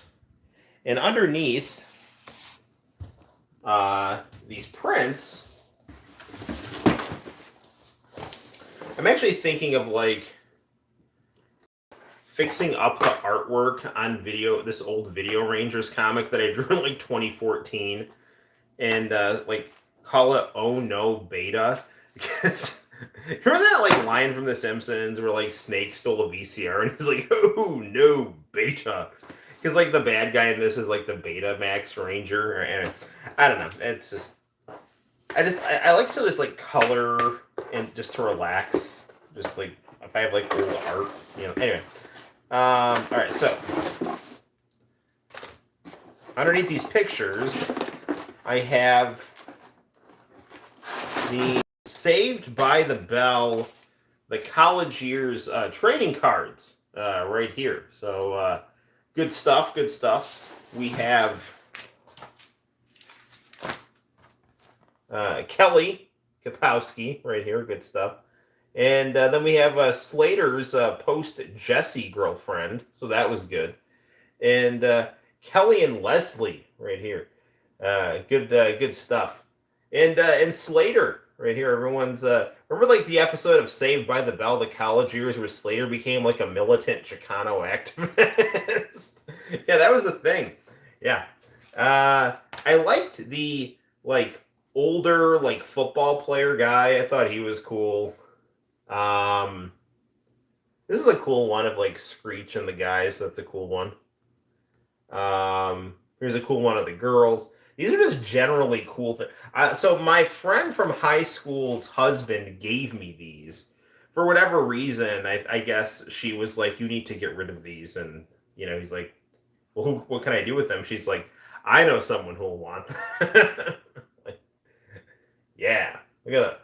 Those high-waisted jeans and flannels. This is some good shit right here. Bum bum bum. This one's also good. It's they've got a this could be the cover of an R&B album right here. This Zach and Kelly. So it's good stuff. This is Saved by the Bell. The new class, the trading. This actually got a little bent. I gotta flatten that out there. So yeah. Anyway, so our tape should be nice and rewound by now. So, wow, we've got something for the ladies right here. We've got shirtless Slater right there. So that's kind of a thing. We have the Professor Lasky. He actually was dating Kelly on the show. That was kind of edgy. Kelly was dating her professor. I mean, they were all adults. What else we got here? More Leslie. So, and check out this dashing. Check out these cool headshots right here. These are some quality headshots. So we have Kelly, Screech, and Mike. I can't remember. That was the football player's name. He was hilarious. So yeah, actually, here's more Mike right here. So yeah, these like cards were just different variations of like promo pictures of the cast. So I wish I could find like some Boy Meets World cards. Like honestly, no, but seriously, like Saved by the Bell, the new class, and Saved by the Bell, the college years, and Good Morning Miss Bliss were like the Saved by the Bells that I liked when they were in like 11th and 12th grade. Like they were just all insufferable assholes, and I didn't like the characters in the show except for like Screech. Screech was cool, but like other than that, it was like everyone was just like a mean-spirited kind of preppy person. But you know, whatever. They have like a whole like YouTube miniseries about that. All right. I feel like okay, but it can make for a good result there. Yes, it can. All right, so those are my Saved by the Bell, the college years cards. So, all right. You know what else I have? Hold on. Underneath my very cool Sonic the Hedgehog plushie, we also have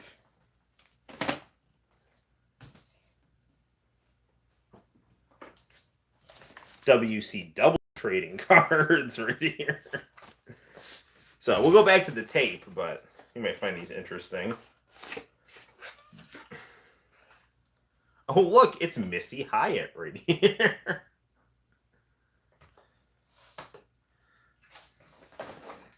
Her Missy Hyatt trading cards in pristine condition right here. So,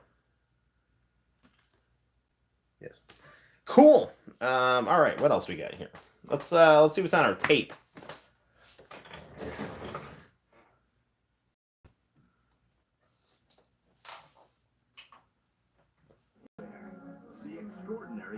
Bose. Press the remote control and hear big rich sounds that fill the room. Sounds so rich, popular science calls it a sock marvel. You hear music the way it was meant to be heard. Clear, full, incredibly lifelike. Man, is that one? See, you see how these tapes perk me right up? It connects your radio to a TV, VCR, and virtually any other audio device simultaneously. I'm like, I get a little drowsy playing Dragon Quest here. Pop in a tape. All right, guys, here we go. From a radio. Call today and ask about our special financing options. Bose, better sound through research. The following program does not necessarily represent the views of International Channel. What is this? Visit internationalchannel.com and sign up for eConnection. Did I tape an infomercial on International Channel? Special announcement. No, this is Dragon Ball.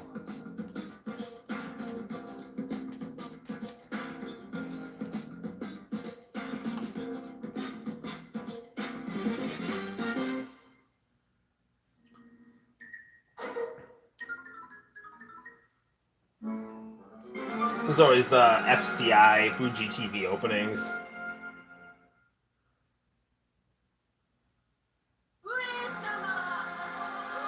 Oh no, this must be the Japanese drama right now. Looks like it's something about geishas.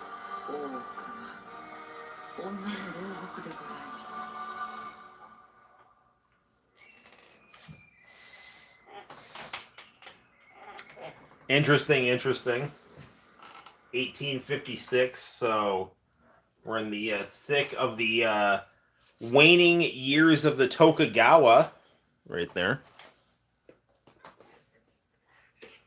Pretty soon, Matthew Perry of Second Chance fame, right here. The great Fox sitcom that was not appreciated by anyone other than me. Oh, look, it's me and Noam Chomsky and my grandpa, who's a working class dude that's actually got probably more of a straight head on his shoulders than Noam Chomsky. But still, here's my grandpa playing the guitar. He's a bit of a Renaissance man. Anyway, back to this stuff here. So, what I mean, I feel like we should probably be playing some more games, but we're just like having fun, like going through random VHS tapes. I mean, that's fun for me. I mean, I love playing video games. It's just that it's easier. I don't know. It's just like I'm so into these tapes because I love international channels so much that it's like, I like other people who actually are interested in talking about the international channel is bizarre and wonderful at the same time. So, hey, Rogue Drums, how the heck are you, man? Popping in to say hi and then good night, hello and goodbye. Get out, get the hell out of my live stream. I'm just kidding. Sweet dreams, I'll be broadcasting subliminal messages into your ear while you sleep. Give me money. Give me gift cards. Give me any Blockbuster video merchandise your parents might have that I can use to better enhance the aesthetics of my game room. All of these things you should do. All right. I mean, this drama here is it's pretty interesting looking, but I mean it's kind of a period piece right there, which is not like a bad thing, but not really the vibe I'm feeling right now. So we'll fast forward that. This Sonic plushie is he's actually probably the actual size of Sonic, so he's really cool. All right, what else we got here? Super 17. El Hazard the Wanderers. Team Revolution on Pop Japan TV.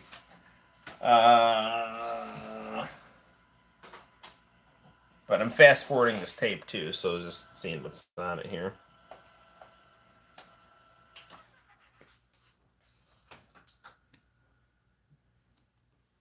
Teachers who just love teaching and progress reports. Teachers who love teaching. That's a wonderful idea. Reading can be pretty cool. Call this number today. The skills to do better in school, the confidence to do better in everything else. Sylvan, learning feels good. The following program is rated TV PG. Viewer discretion is advised. Same time tomorrow on iChannel.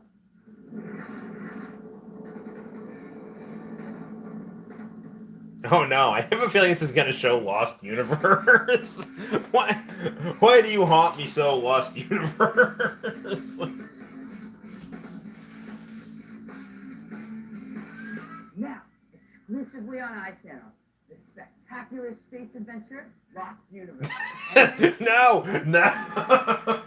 Get rid of it. This is such bullshit.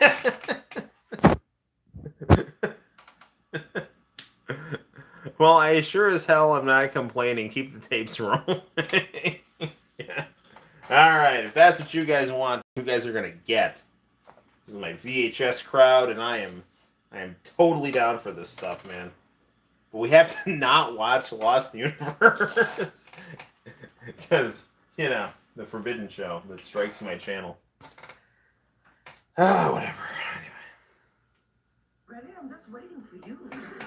Why is Andy Lost Universe like NWO runs? No. Why? And this is not anything against Andy Griffith's show, like the Andy Griffith show, but why is this on this tape? Like, what the hell? Like, no, I can't. No, I don't want to watch. I want to get in trouble now for showing like Andy Griffith.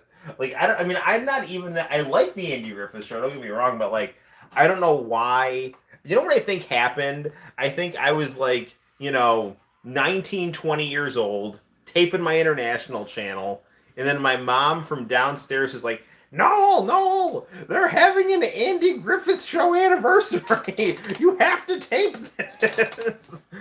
You know, like 20 years from now, we'll have to like revisit this moment."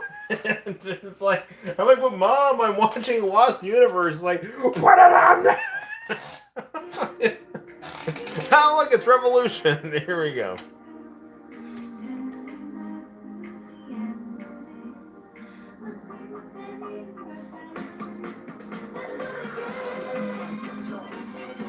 This is nice. What is this?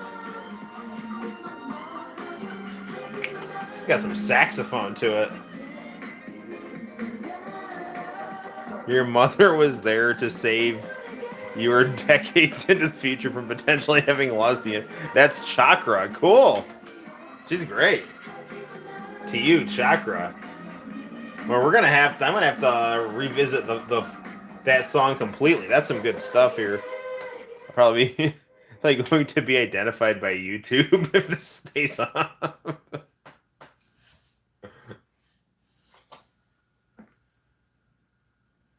Well, apparently that song caught my attention because I went and taped it.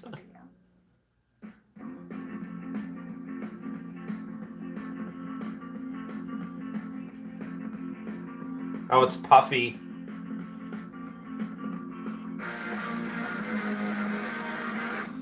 Will I get in trouble for Puffy?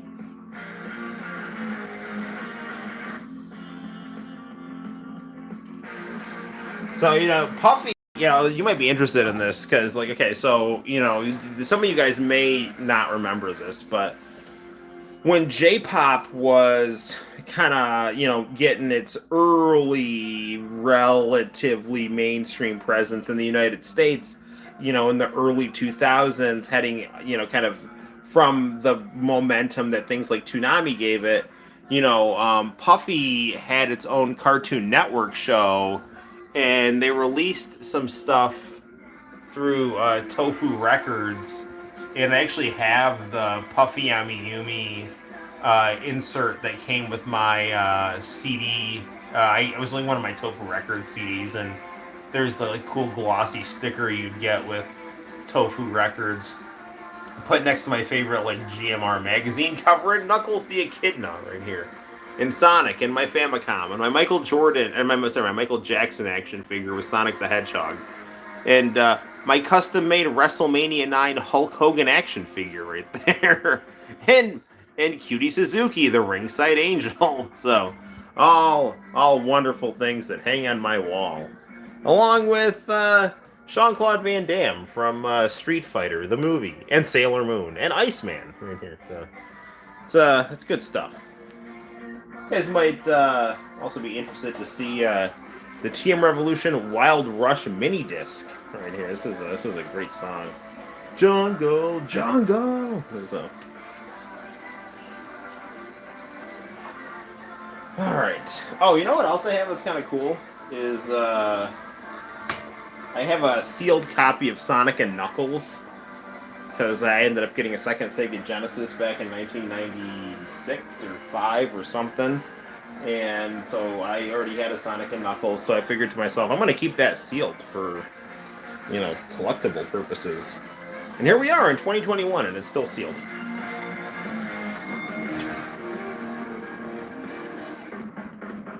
Now, if only I could get Brad Buxer and Yuji Naka to sign it, I'd be in really good shape, Alright. This Puffy song is pretty good. I can't remember which one of them was married to TM Revolution. Because, like, TM Revolution is my favorite J-pop personality. He's like Japan's answer to Prince. But he came out in the mid-90s. So, like, it's not that Japan is, like, 10 years behind the United States. It's just that it appreciates stuff longer there, So, like, 90s music in Japan had a lot of the great 80s synth pop stuff that kind of, like, stuck around. Whereas in the United States, it was just like we went through kind of a real dry spell where we just had to deal with Paula Cole, like, screaming about her armpit hair for the better part of the late 90s. It was a dark age is what it was, you know. And then VH1 saying how wonderful it was. Seriously, VH1 is like the worst freaking channel ever. That and CNN, that needs to be outlawed. Anyway. I will not be afraid of the dark.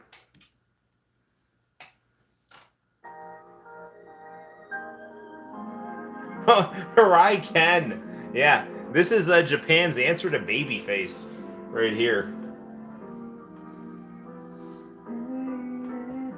I really don't like R&B music. So, I mean, I do, but it's got to be like Jodeci or something, or R. Kelly. You know, I like Harai Ken though. He's a cool dude. He's also like hilarious on Hey Hey Hey. Music Champ. He did some really good stuff, but yeah, I don't want to get in trouble for that. And now we have their new video. It's called Hidori Hana. Is this Zone? Yes, it is.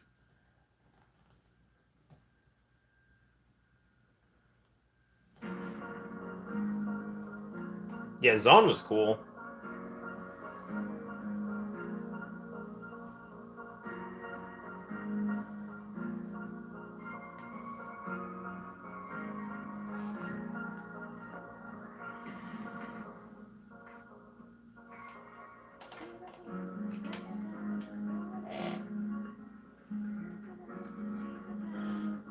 Yeah, Zone, they were on the J-pop CD that Tofu Records put out for their Astro Boy opening. And they used to play that song quite a bit on Revolution.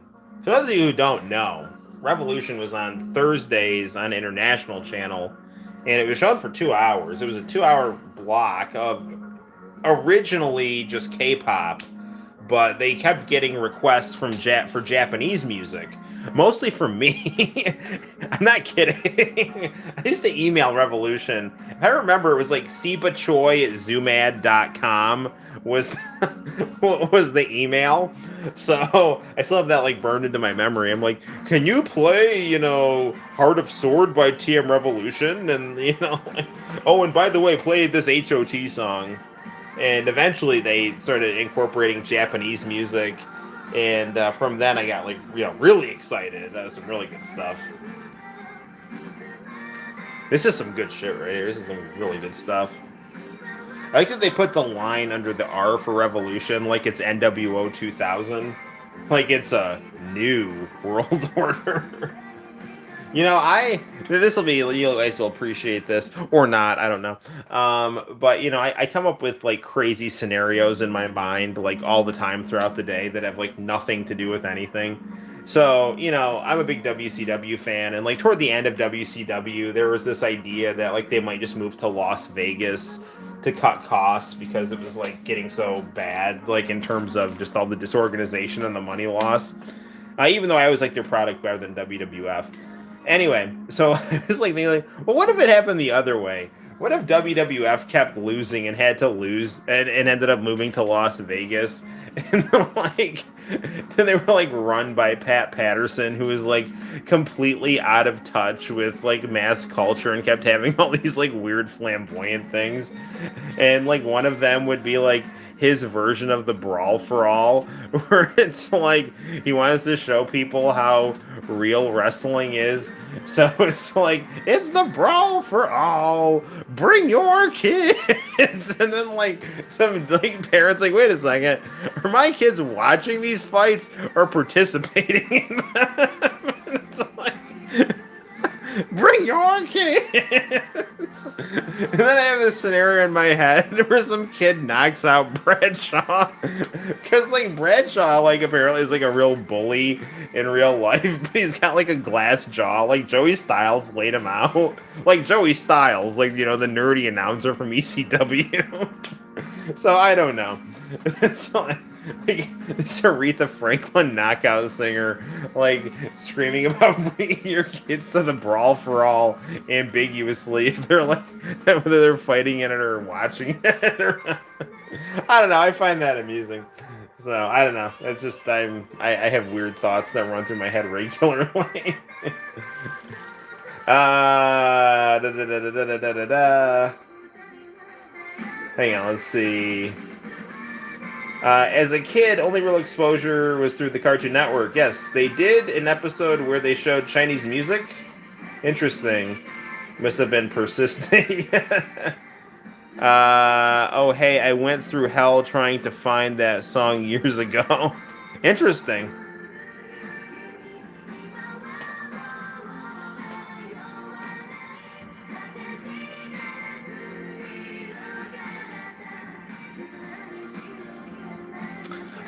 You know what? So, yeah, speaking of Chinese music, like, um, there's like, I remember there was like a really good Cantonese song in Gundam, in G Gundam. And I remember like looking all over the place for that and not being able to find it. So, because Sai Saishi, like in China, they went making it like a kung fu movie. So to make it like more authentic, they used like Cantonese pop music. Carpe Diem, Yellow Generation. Let's fast forward a little bit here.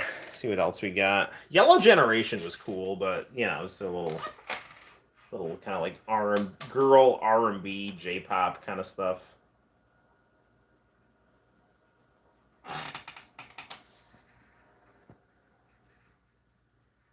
Tape sounds like it's slowing down. All right, what we got here? Are we out of tape? Yeah, looks like that might be the end of the tape. So, probably.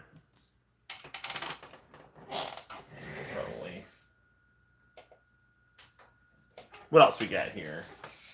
Let's pop in this tape here, see what we got.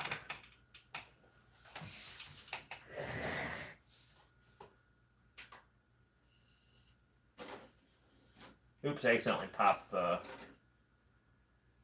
accidentally triggered the Ninja Cadets DVD. If we wanted to listen to Girl Sunshine, we could do that. Still trying to figure a way to get that on my channel. I dropped the tape. But it's okay. There we go. So.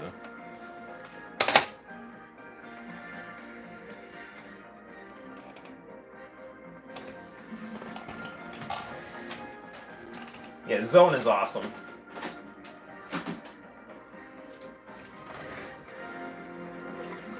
Here, check out this Ninja Cadets DVD slideshow here.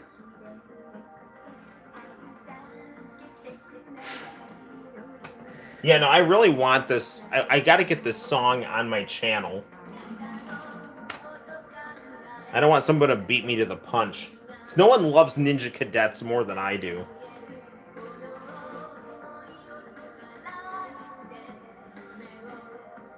This really nice AIC animation here from the mid-90s.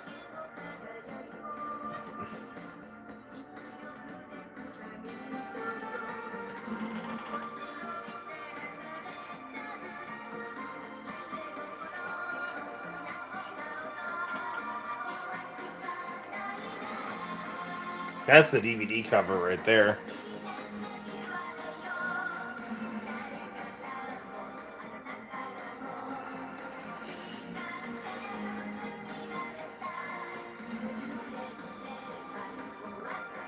That's a nice picture.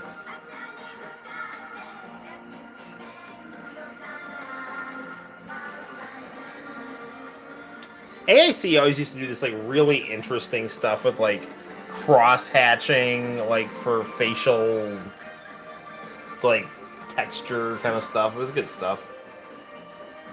Very like stylized, shapy, but anatomically on point.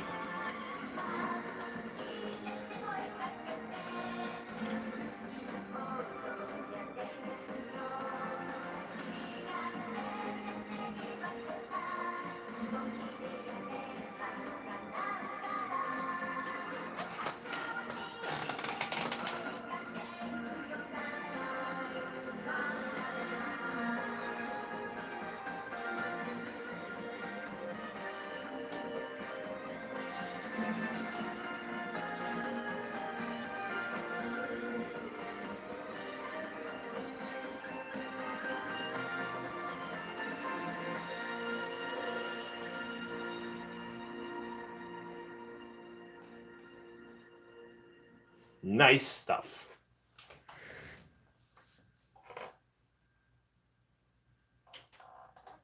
All right, what do we got here?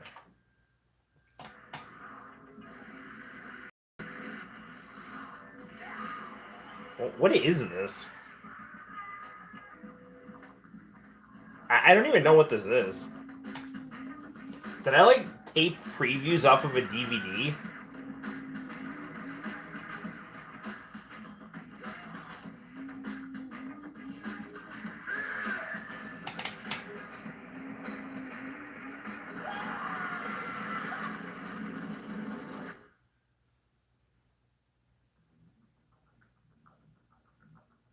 I must have. Legend of Dragon Kings Under Fire. I don't remember taping this. Music Underworld is my bitch. Yeah, you know, maybe you should just show the Japanese music here. Yes, I must have taped stuff off the Record of Lodos War DVD for some reason. I don't know.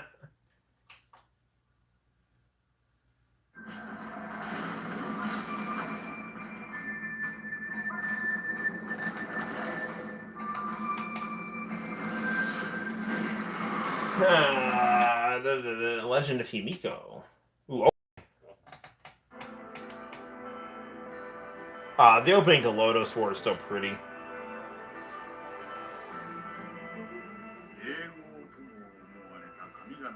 Hopefully we don't get in trouble for this, but I really, really like the opening to Lodos War. I want to listen to it. So another on this DVD, I think I uploaded it on my channel. I don't know if it got like taken down or blocked, but they had like this Record of Lodos War promotional disc where they had this guy talking in like this old guy speaking like very clear old guy English, like talking about Record of Lodos War. He's like, the War of the Light versus the War of the Dark. Record of Lodos War. Parn, an elf, is a reliable man. Gild, a dwarf, is also a proud man. It just like went on like that for like 20 minutes. It was fantastic. Like Deedlit, an elf, is in love with Parn. Parn, an elf, is also in love with Parn. Yeah, I don't know. This is like stuff like that, so it's good stuff. This true role-playing movie will be available at a Kmart near you. Record of Lodos War.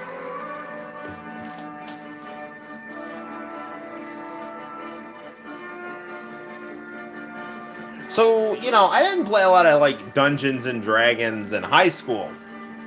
But I was always really into, like, the Japanese fantasy stuff. Then when I was in college, I played a little bit of D&D.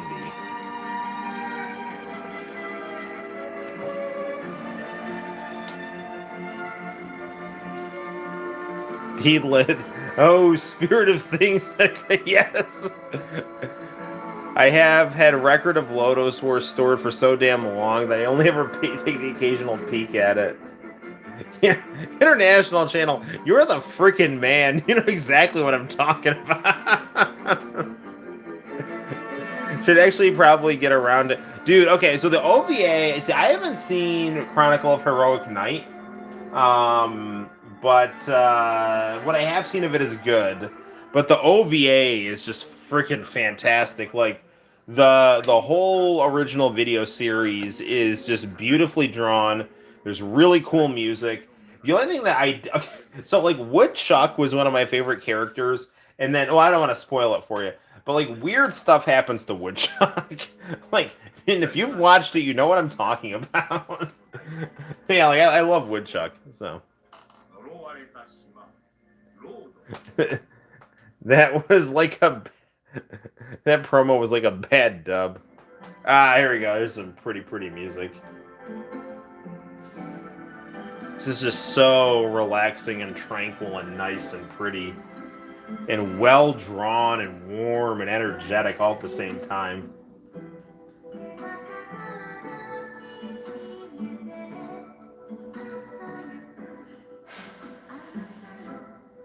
I really hope I don't get in trouble for showing this.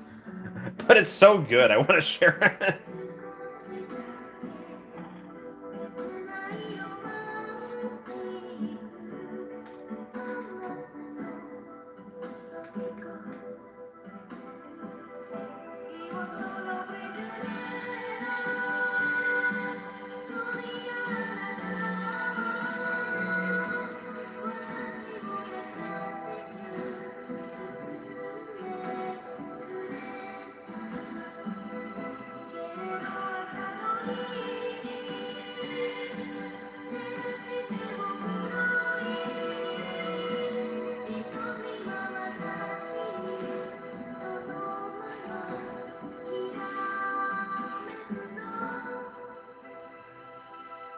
Nice. All right. Now, why don't we check out the cool closing credits here? Yeah. We've been streaming for 2 hours. Well, I mean, time flies when you're going through VHS tapes and talking about random stuff. It's good stuff.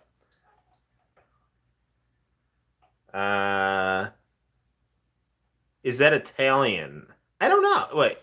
Io sono. It's weird. Like on YouTube, like there's an arrow block part of it. Io solo prigioniere. I don't know. It sounds Italian, but so I can like speak some conversational Italian and read Italian, but I don't understand everything that I read, so I don't know. My family is mostly my mom who lived in Italy is fluent. My family who lives in Italy is obviously fluent, but I just picked up Italian from what I've heard from them, and it's at a very low conversational level. So, I mean, I think if I spent like a month in Italy, I could be pretty good, but I'm not. So.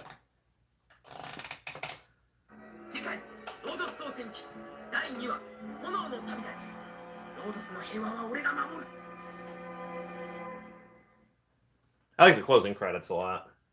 See, usually the opening is more upbeat and the closing is more, slow. But this is the opposite here. Where did I tape this from? I think I borrowed my friend's DVD and taped it.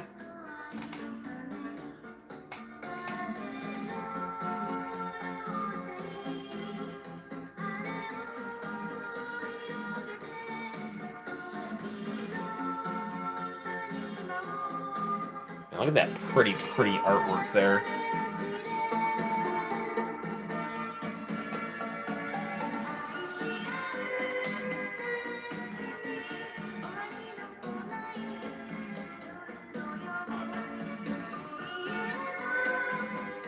I know eventually they did start showing Lotus War on International Channel.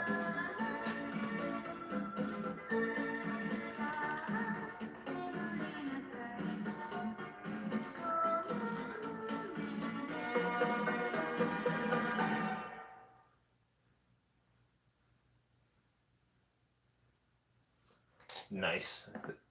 So what did I'm trying to see what's on after there.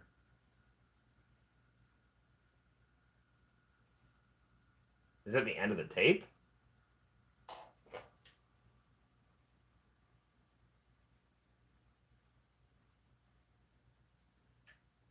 I don't know. Hang on a second here. No, I guess not. Interrupted. There it is. Mysterious entity transports Makoto. It's kind of sad. Sometimes I'll have dreams the International Channel is still on the air, and I'm like, it's back. And then I wake up and it's gone. And I sometimes have that dream about WCW too. I began losing my hair about a year ago. Where it'll be like, it's always been on. I didn't know they changed the time, What are my options? Why me? It's hard to know. You know what you guys should do? I'll tell you what you should do. If you start losing your hair, you should shave. That's what you should do. If you start losing your hair, you should shave your head, because you'll look virile and cool and tough and badass. That's what you should do. And then once you look good bald, it's just like there's nothing to worry about because you look good bald. And so now it's like, well, who cares if you go bald? You know you look good bald, so there you go. So, you know. See, that's the reason that people didn't like Donald Trump is because of that bad hair transplant he got. Like, you know, he was on like the bleeding edge of hair transplant technology before they perfected it. You know, like Chavo Guerrero's hair transplant. That's some good stuff. Trump's was all over the place, you know. So people just like weird prehistoric, you know, things of like vanity repulsion was kicking in, you know. Or yeah, he should have just like shaved his head and grew out some stubble, you know. So, but whatever. I ramble on. What do we got here? El Hazard. For eons, from the beginning of an age long forgotten, a curtain of night has draped its darkness over the ancient eternal homeland. We should probably wrap up the live stream relatively soon. The start of a wondrous new adventure. This was the least good El Hazard, but it wasn't bad. Where the mysterious meeting occurs, the darkness will lift, and the black silence will be broken. Then the doorway to the best El Hazard was the best El Hazard was The Wanderers. That show was adorable. And do you want to own a computer, but your credit is less than perfect? If you have a checking or savings account and can afford a payment of just $35 a week for 12 months, you're approved, guaranteed. $35 a week. You have a checking or Oh, I have to give up a lot of Coffee Mania. for 12 months, you will get a brand new Those of you who don't live in the town that I live in, Coffee Mania is the greatest coffee kiosk in the history of humanity. Seriously, like, we have like a Starbucks in town, and like it can't compete with Coffee Mania. These little sheds in parking lots that serve coffee. I'm not kidding. It's like the best coffee with the coolest people. Like Starbucks is there with their $1 billion lattes, and Coffee Mania is there just kicking their ass in a parking lot. 800-656-6697. Financing alternatives. Computers for everyone. Don't wait. Call right now. 800-656-6697. All right. Seen these award-winning films during our celebration of Chinese cinema. I've heard that this was among the first to get fan subbed. Lotus War made me want to buy Magic cards. Yeah, same. I always like the ending from this. Yes. Coffee Mania is sponsored by... Yes. Coffee Mania is running wild. Don't miss this special offer. Call now. 1-800-USA-TAPE. Monday on International Channel. The anime Lost... No. Lost Universe. Get away from me. I like Lost Universe too. It's not, you know. You're laughing at like the Hulk Hogan reference to the Lost Universe NWO attack commercial right here. I'm fast forwarding this by the by so you can see the closing credits to Alternative World. Yeah, so you know I don't really remember the closing credits to Alternative World. I have a feeling I thought they were like okay, but I don't because it doesn't. You know, like the closing credits to like Dragon Ball or Votoms or Captain Tyler or Shinesman, like that really like sticks. But like Alternative World is kind of escaping me. The Wanderers had really cute credits, and those were in English too. I mean, because it was dubbed in English, but I actually didn't mind the actress who sang it. Lost Universe for Life, yes, too sweet right here. So. That Megumi Hayashibara copyright is gonna really, you know, lay you out. So, all right, what do we got going on here? More El Hazard getting fast forwarded right here.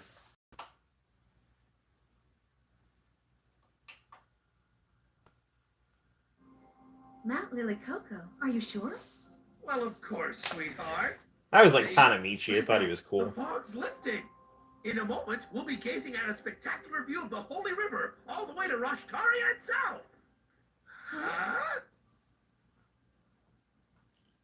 Just where are we? Huh?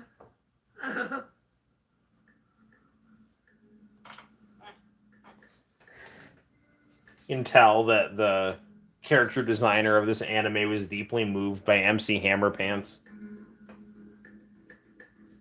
And ain't nothing wrong with that.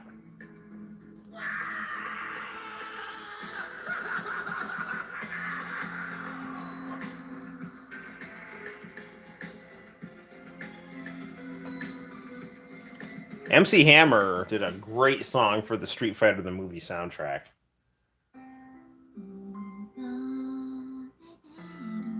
Oh yeah, this was kind of like slow.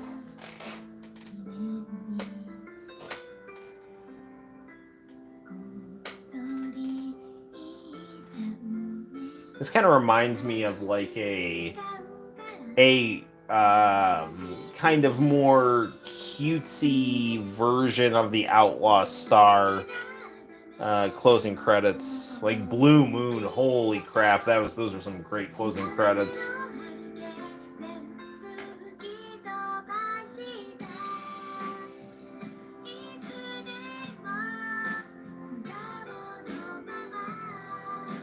Tenchi Muyo, that had some great closing credits too. Tenchi and El Hazard, they had this thing where like they had really, really good OVAs, and then like they had these really hilarious TV adaptations of them.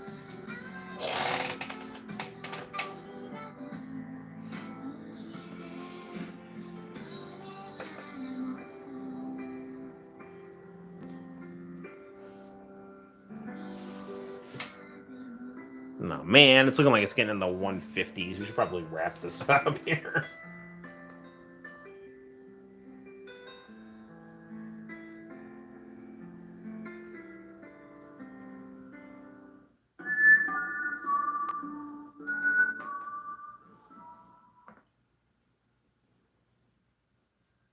What do we got here? What's coming up next?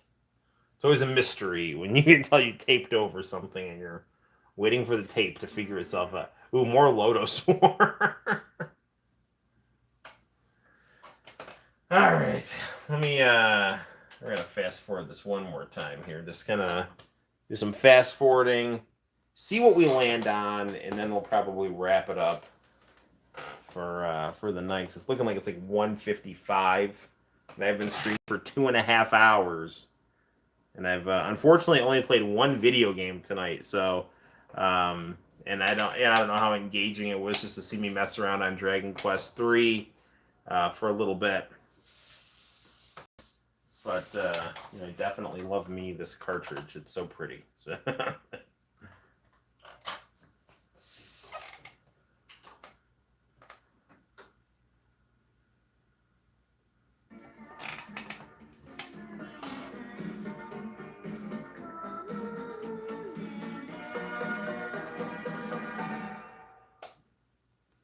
I just like randomly hit the tape, so took us to some Lotus War credits.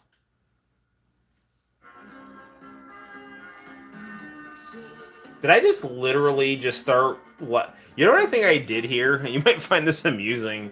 I think I liked the closing credits to Record of Lotus War so much that I just taped it a bunch of times in a row so I wouldn't have to rewind the tape. I could just listen to it on a man-made loop. That is definitely something that I would have done.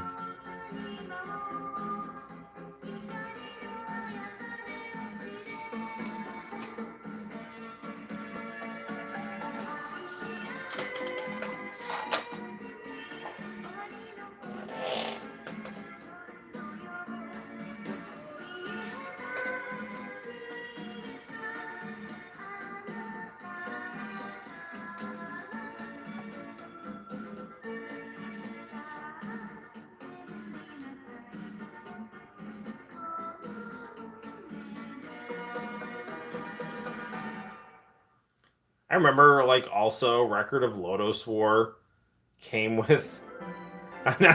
See, now, so I think I just went into like mixtape mode and then just started like taping the credits all over the place. So, you know what this is getting me in the mood to do? We're gonna play through the intro to Final Fantasy II. I don't care. I'm playing some fantasy JRPG right now. It's 1:58, so we got to be like pretty quick about this. I mean, it's the weekend. I'm on summer vacation, so what do I care? But I have a family that I should probably not be. I should probably be able to function tomorrow. You know, that would be ideal because I'm probably gonna have a 4-year-old, you know, hitting me in the head at like 6 o'clock in the morning. Like, wake up, Daddy! It's time to play. It's like yes. So all right. Right, actually, we'll have to save the Goonies for next time here. So, I wonder why this game had that weird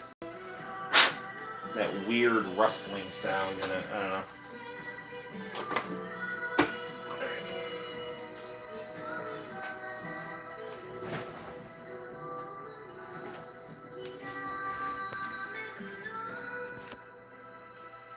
Alright, before you go to bed, just be sure having a bunch of tapes automatically playing for the next half a day or so. Yeah. Alright. Alright, real quick, this is some Final Fantasy 2. Oh, hey! I apparently... No. Before you do Final Fantasy 2, check this out. I went into, like, mixtape mode and started taping the Shinesman closing credits later.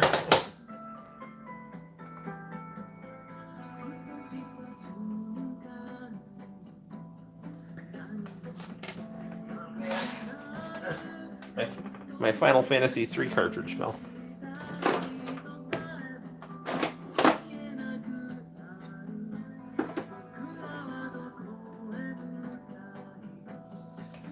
This was taped off the DVD, I think, because when I taped this off International Channel, as you know from watching it on my YouTube channel, you know, it was done on a kind of a grainy VHS tape that I had, you know, stretched out quite a bit. I think I did it on like the SLP time, which was my standard. That's how I got the most stuff taped.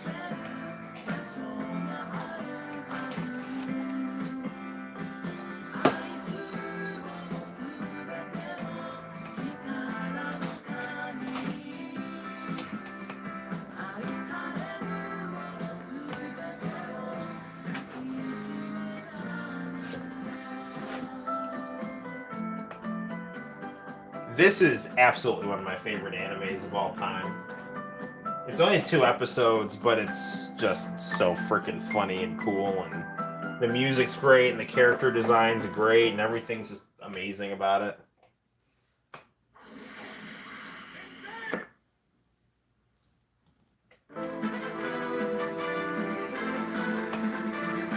Here's your Kageyama right here.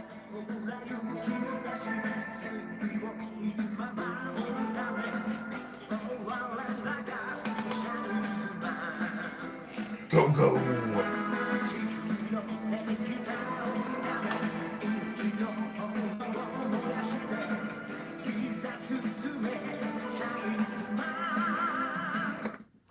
Oh man, I ran out of tape. It's starting to rewind right now. So that must have been like how I decided to run out the tape. I was just gonna I'm just gonna throw as many of like my favorite anime openings on this thing as possible. So. Alright, well, okay, there we go. Let's play a little bit of Final Fantasy 2. And then that'll do it for right now. Alright.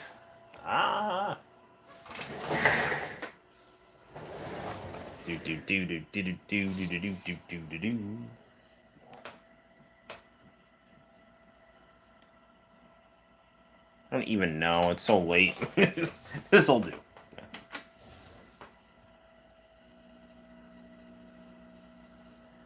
1988 Square. Programmed by Nasir. Character design by Yoshitaka Amano. Scenario by Kenji Terada. A long-lived peace is over. The Emperor of Palamecia has summoned monsters from hell to begin his campaign for world conquest. A rebel army arose in the kingdom of Fynn to stop the Empire. However, Castle Fynn has fallen. The rebels escaped to the town of Altair. 4 youths from Finn, their parents killed by the Empire, flee from Imperial forces.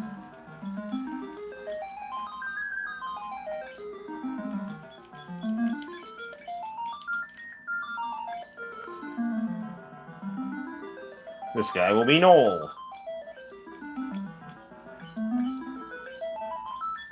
This guy will be Hulk.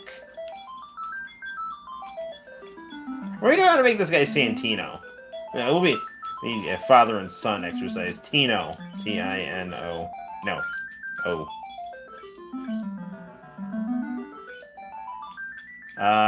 Should this be Renee? Yeah, I'll make this my wife. Or should I make it my daughter? Yeah, I'll make my wife.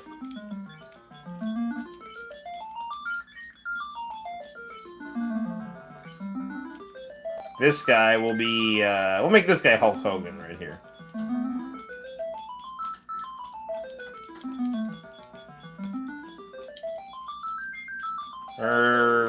Yeah, yeah, let's do Hulk, yeah, that'll work.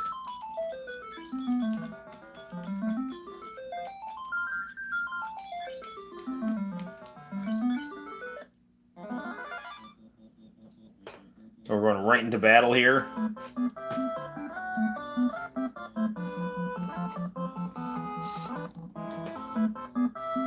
Man, I can't freaking get this thing to, like, show up right.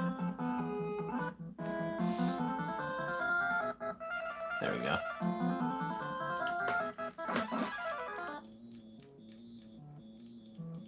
Oh yeah, I think we lose, like, right off the bat here.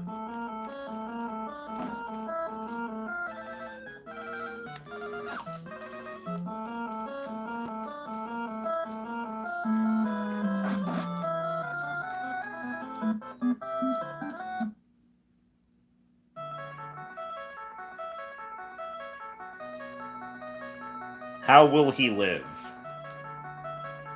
Yes, I sense a strong life force within him. He should wake up soon.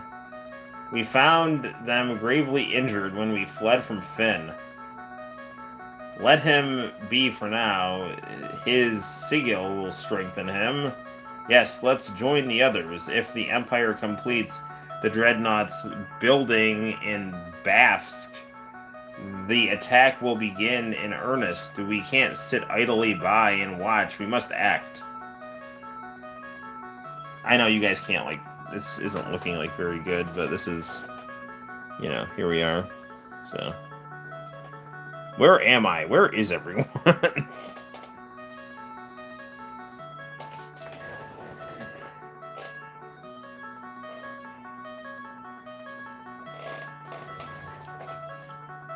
Tino, Renee, Hulk. Noel, you're alive. I thought you... Renee, Hulk, where's Tino? Princess of Finn, save us, but Tino not here. I see. I'm sure he's safe.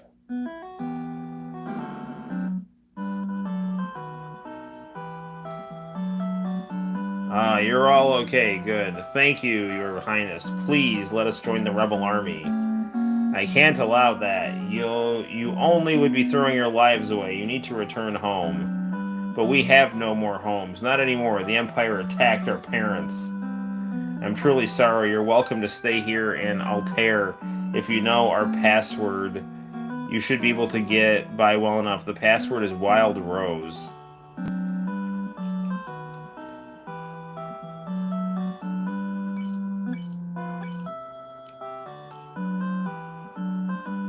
Anything interesting to off to Finn? Bad idea. The city's crawling with monsters. You'll be lucky to make a good Getaria up north.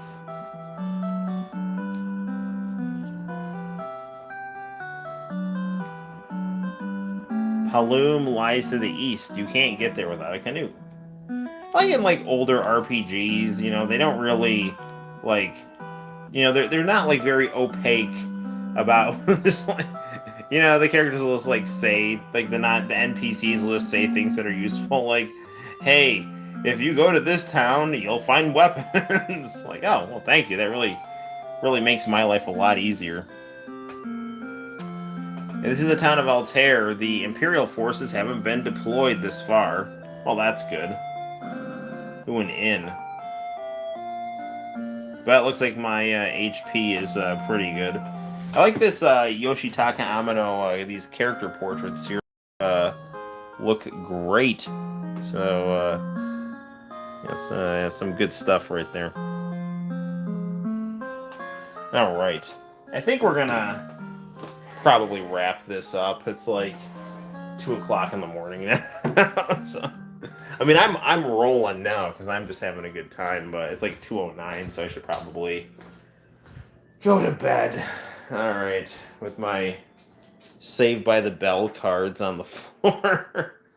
And some like Mystic Gohan art I did that Santino colored on the eye of. So, all part of the fun of the Noel ComiX live stream. So there you have it, guys. That was our live stream for Friday. Maybe we'll do another one tomorrow. We'll do one in the near future. Thank you. You're playing Final Fantasy VII Remake right now on old stream I play in the background. You've got the thing on YouTube. Yes. Good night, Noel. Yes. Thank you. Thank you. Thank you. Cool, guys. I got to make sure to get this saved. The stream with tapes on them are always high risk. Yes, they are. And they're becoming more common, too, which is, I don't know. I hope I'm not, like, endangering the channel or anything like that, but they're just so much fun to do. I mean, one of the things I like to do is I like to just watch people like Kenny Lauderdale and just like old and like people who just like upload like their anime stuff from the 80s or whatever, and I've got my stuff, and it's nice to be able to share it with like-minded people who appreciate it. So it's always good stuff. Okay, so I'll be on YouTube in the near future. I want to put that Twinkle Nora Rock Me review up pretty soon, and I had a lot of fun live streaming tonight, so definitely want to do more of this in the next couple days. So until next time, guys, my name is Noel. You take care, and I will see you in the near future. Thank you for hanging in there for this 2-hour and 45-minute live stream, and good night and rest well, you guys. Bye bye.